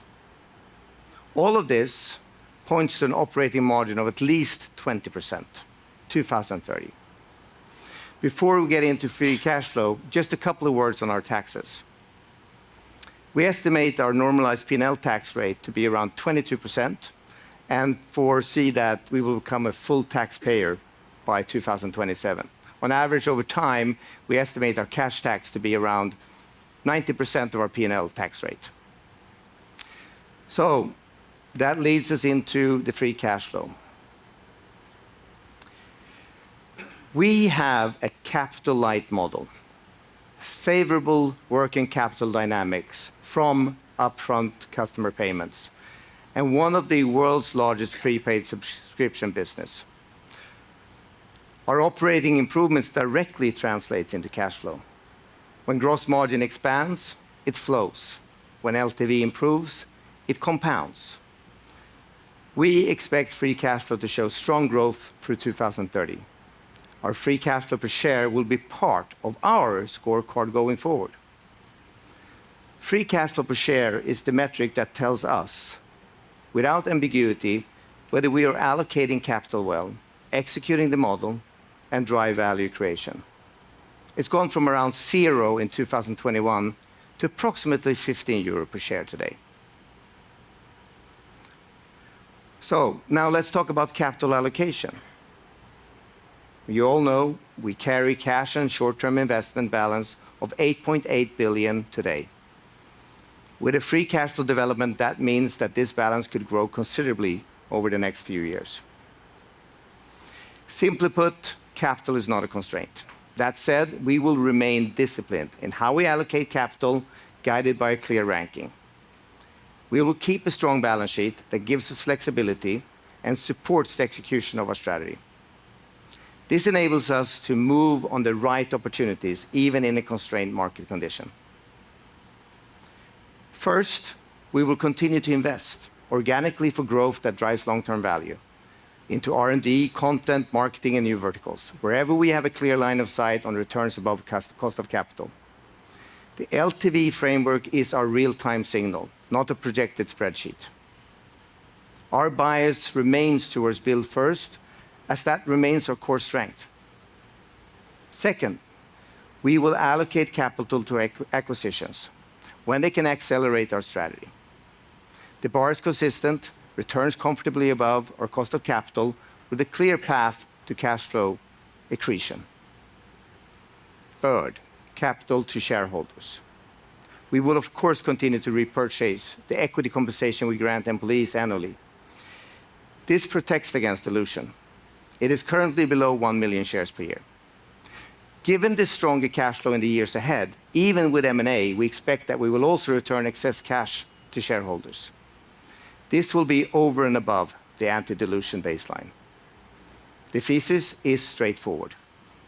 Deploy capital where returns are compelling, stay disciplined where they aren't, and allow free cash flow to build over time. 4 years ago, Spotify made the commitments. We delivered.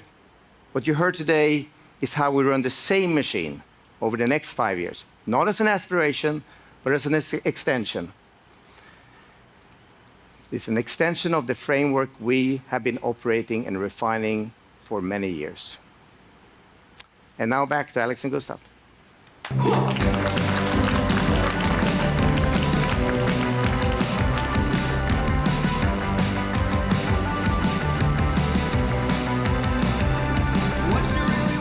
Okay, so this brings us to the close of our presentation. Hopefully after today's update, you have a clear picture of Spotify's future. The scale that we have built unlocks vast opportunities for value creation.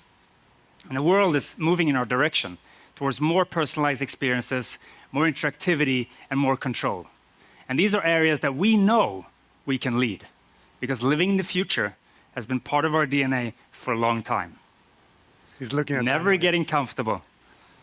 Looking to see where technology, behavior, and culture are heading before it becomes obvious to everyone else.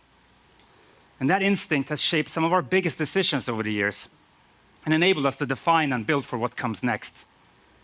Now, what matters most in this next chapter, taste, trust, culture, has always mattered to Spotify. It is why we exist. It is where we succeed, and it is what we will continue building for. And that's what helped us build lasting differentiation, increase our engagement, and evolve the business over time to not only meet, but actually exceed the expectations of our hundreds of millions of users. Remember, we started with access, we moved to personalization, and now we're going into generation. And each of these transitions has expanded what Spotify can become. And every time, our advantage has compounded. Because the generative era rewards scale, data, and deep user understanding more than any era before it. And what excites us most about this journey isn't any single feature. It's the entire foundation underneath it all. We're very proud of what we built. We're very proud of the teams that you've met today. We're even more excited about the next 20 years. And we will continue to raise our ambitions. Thank you.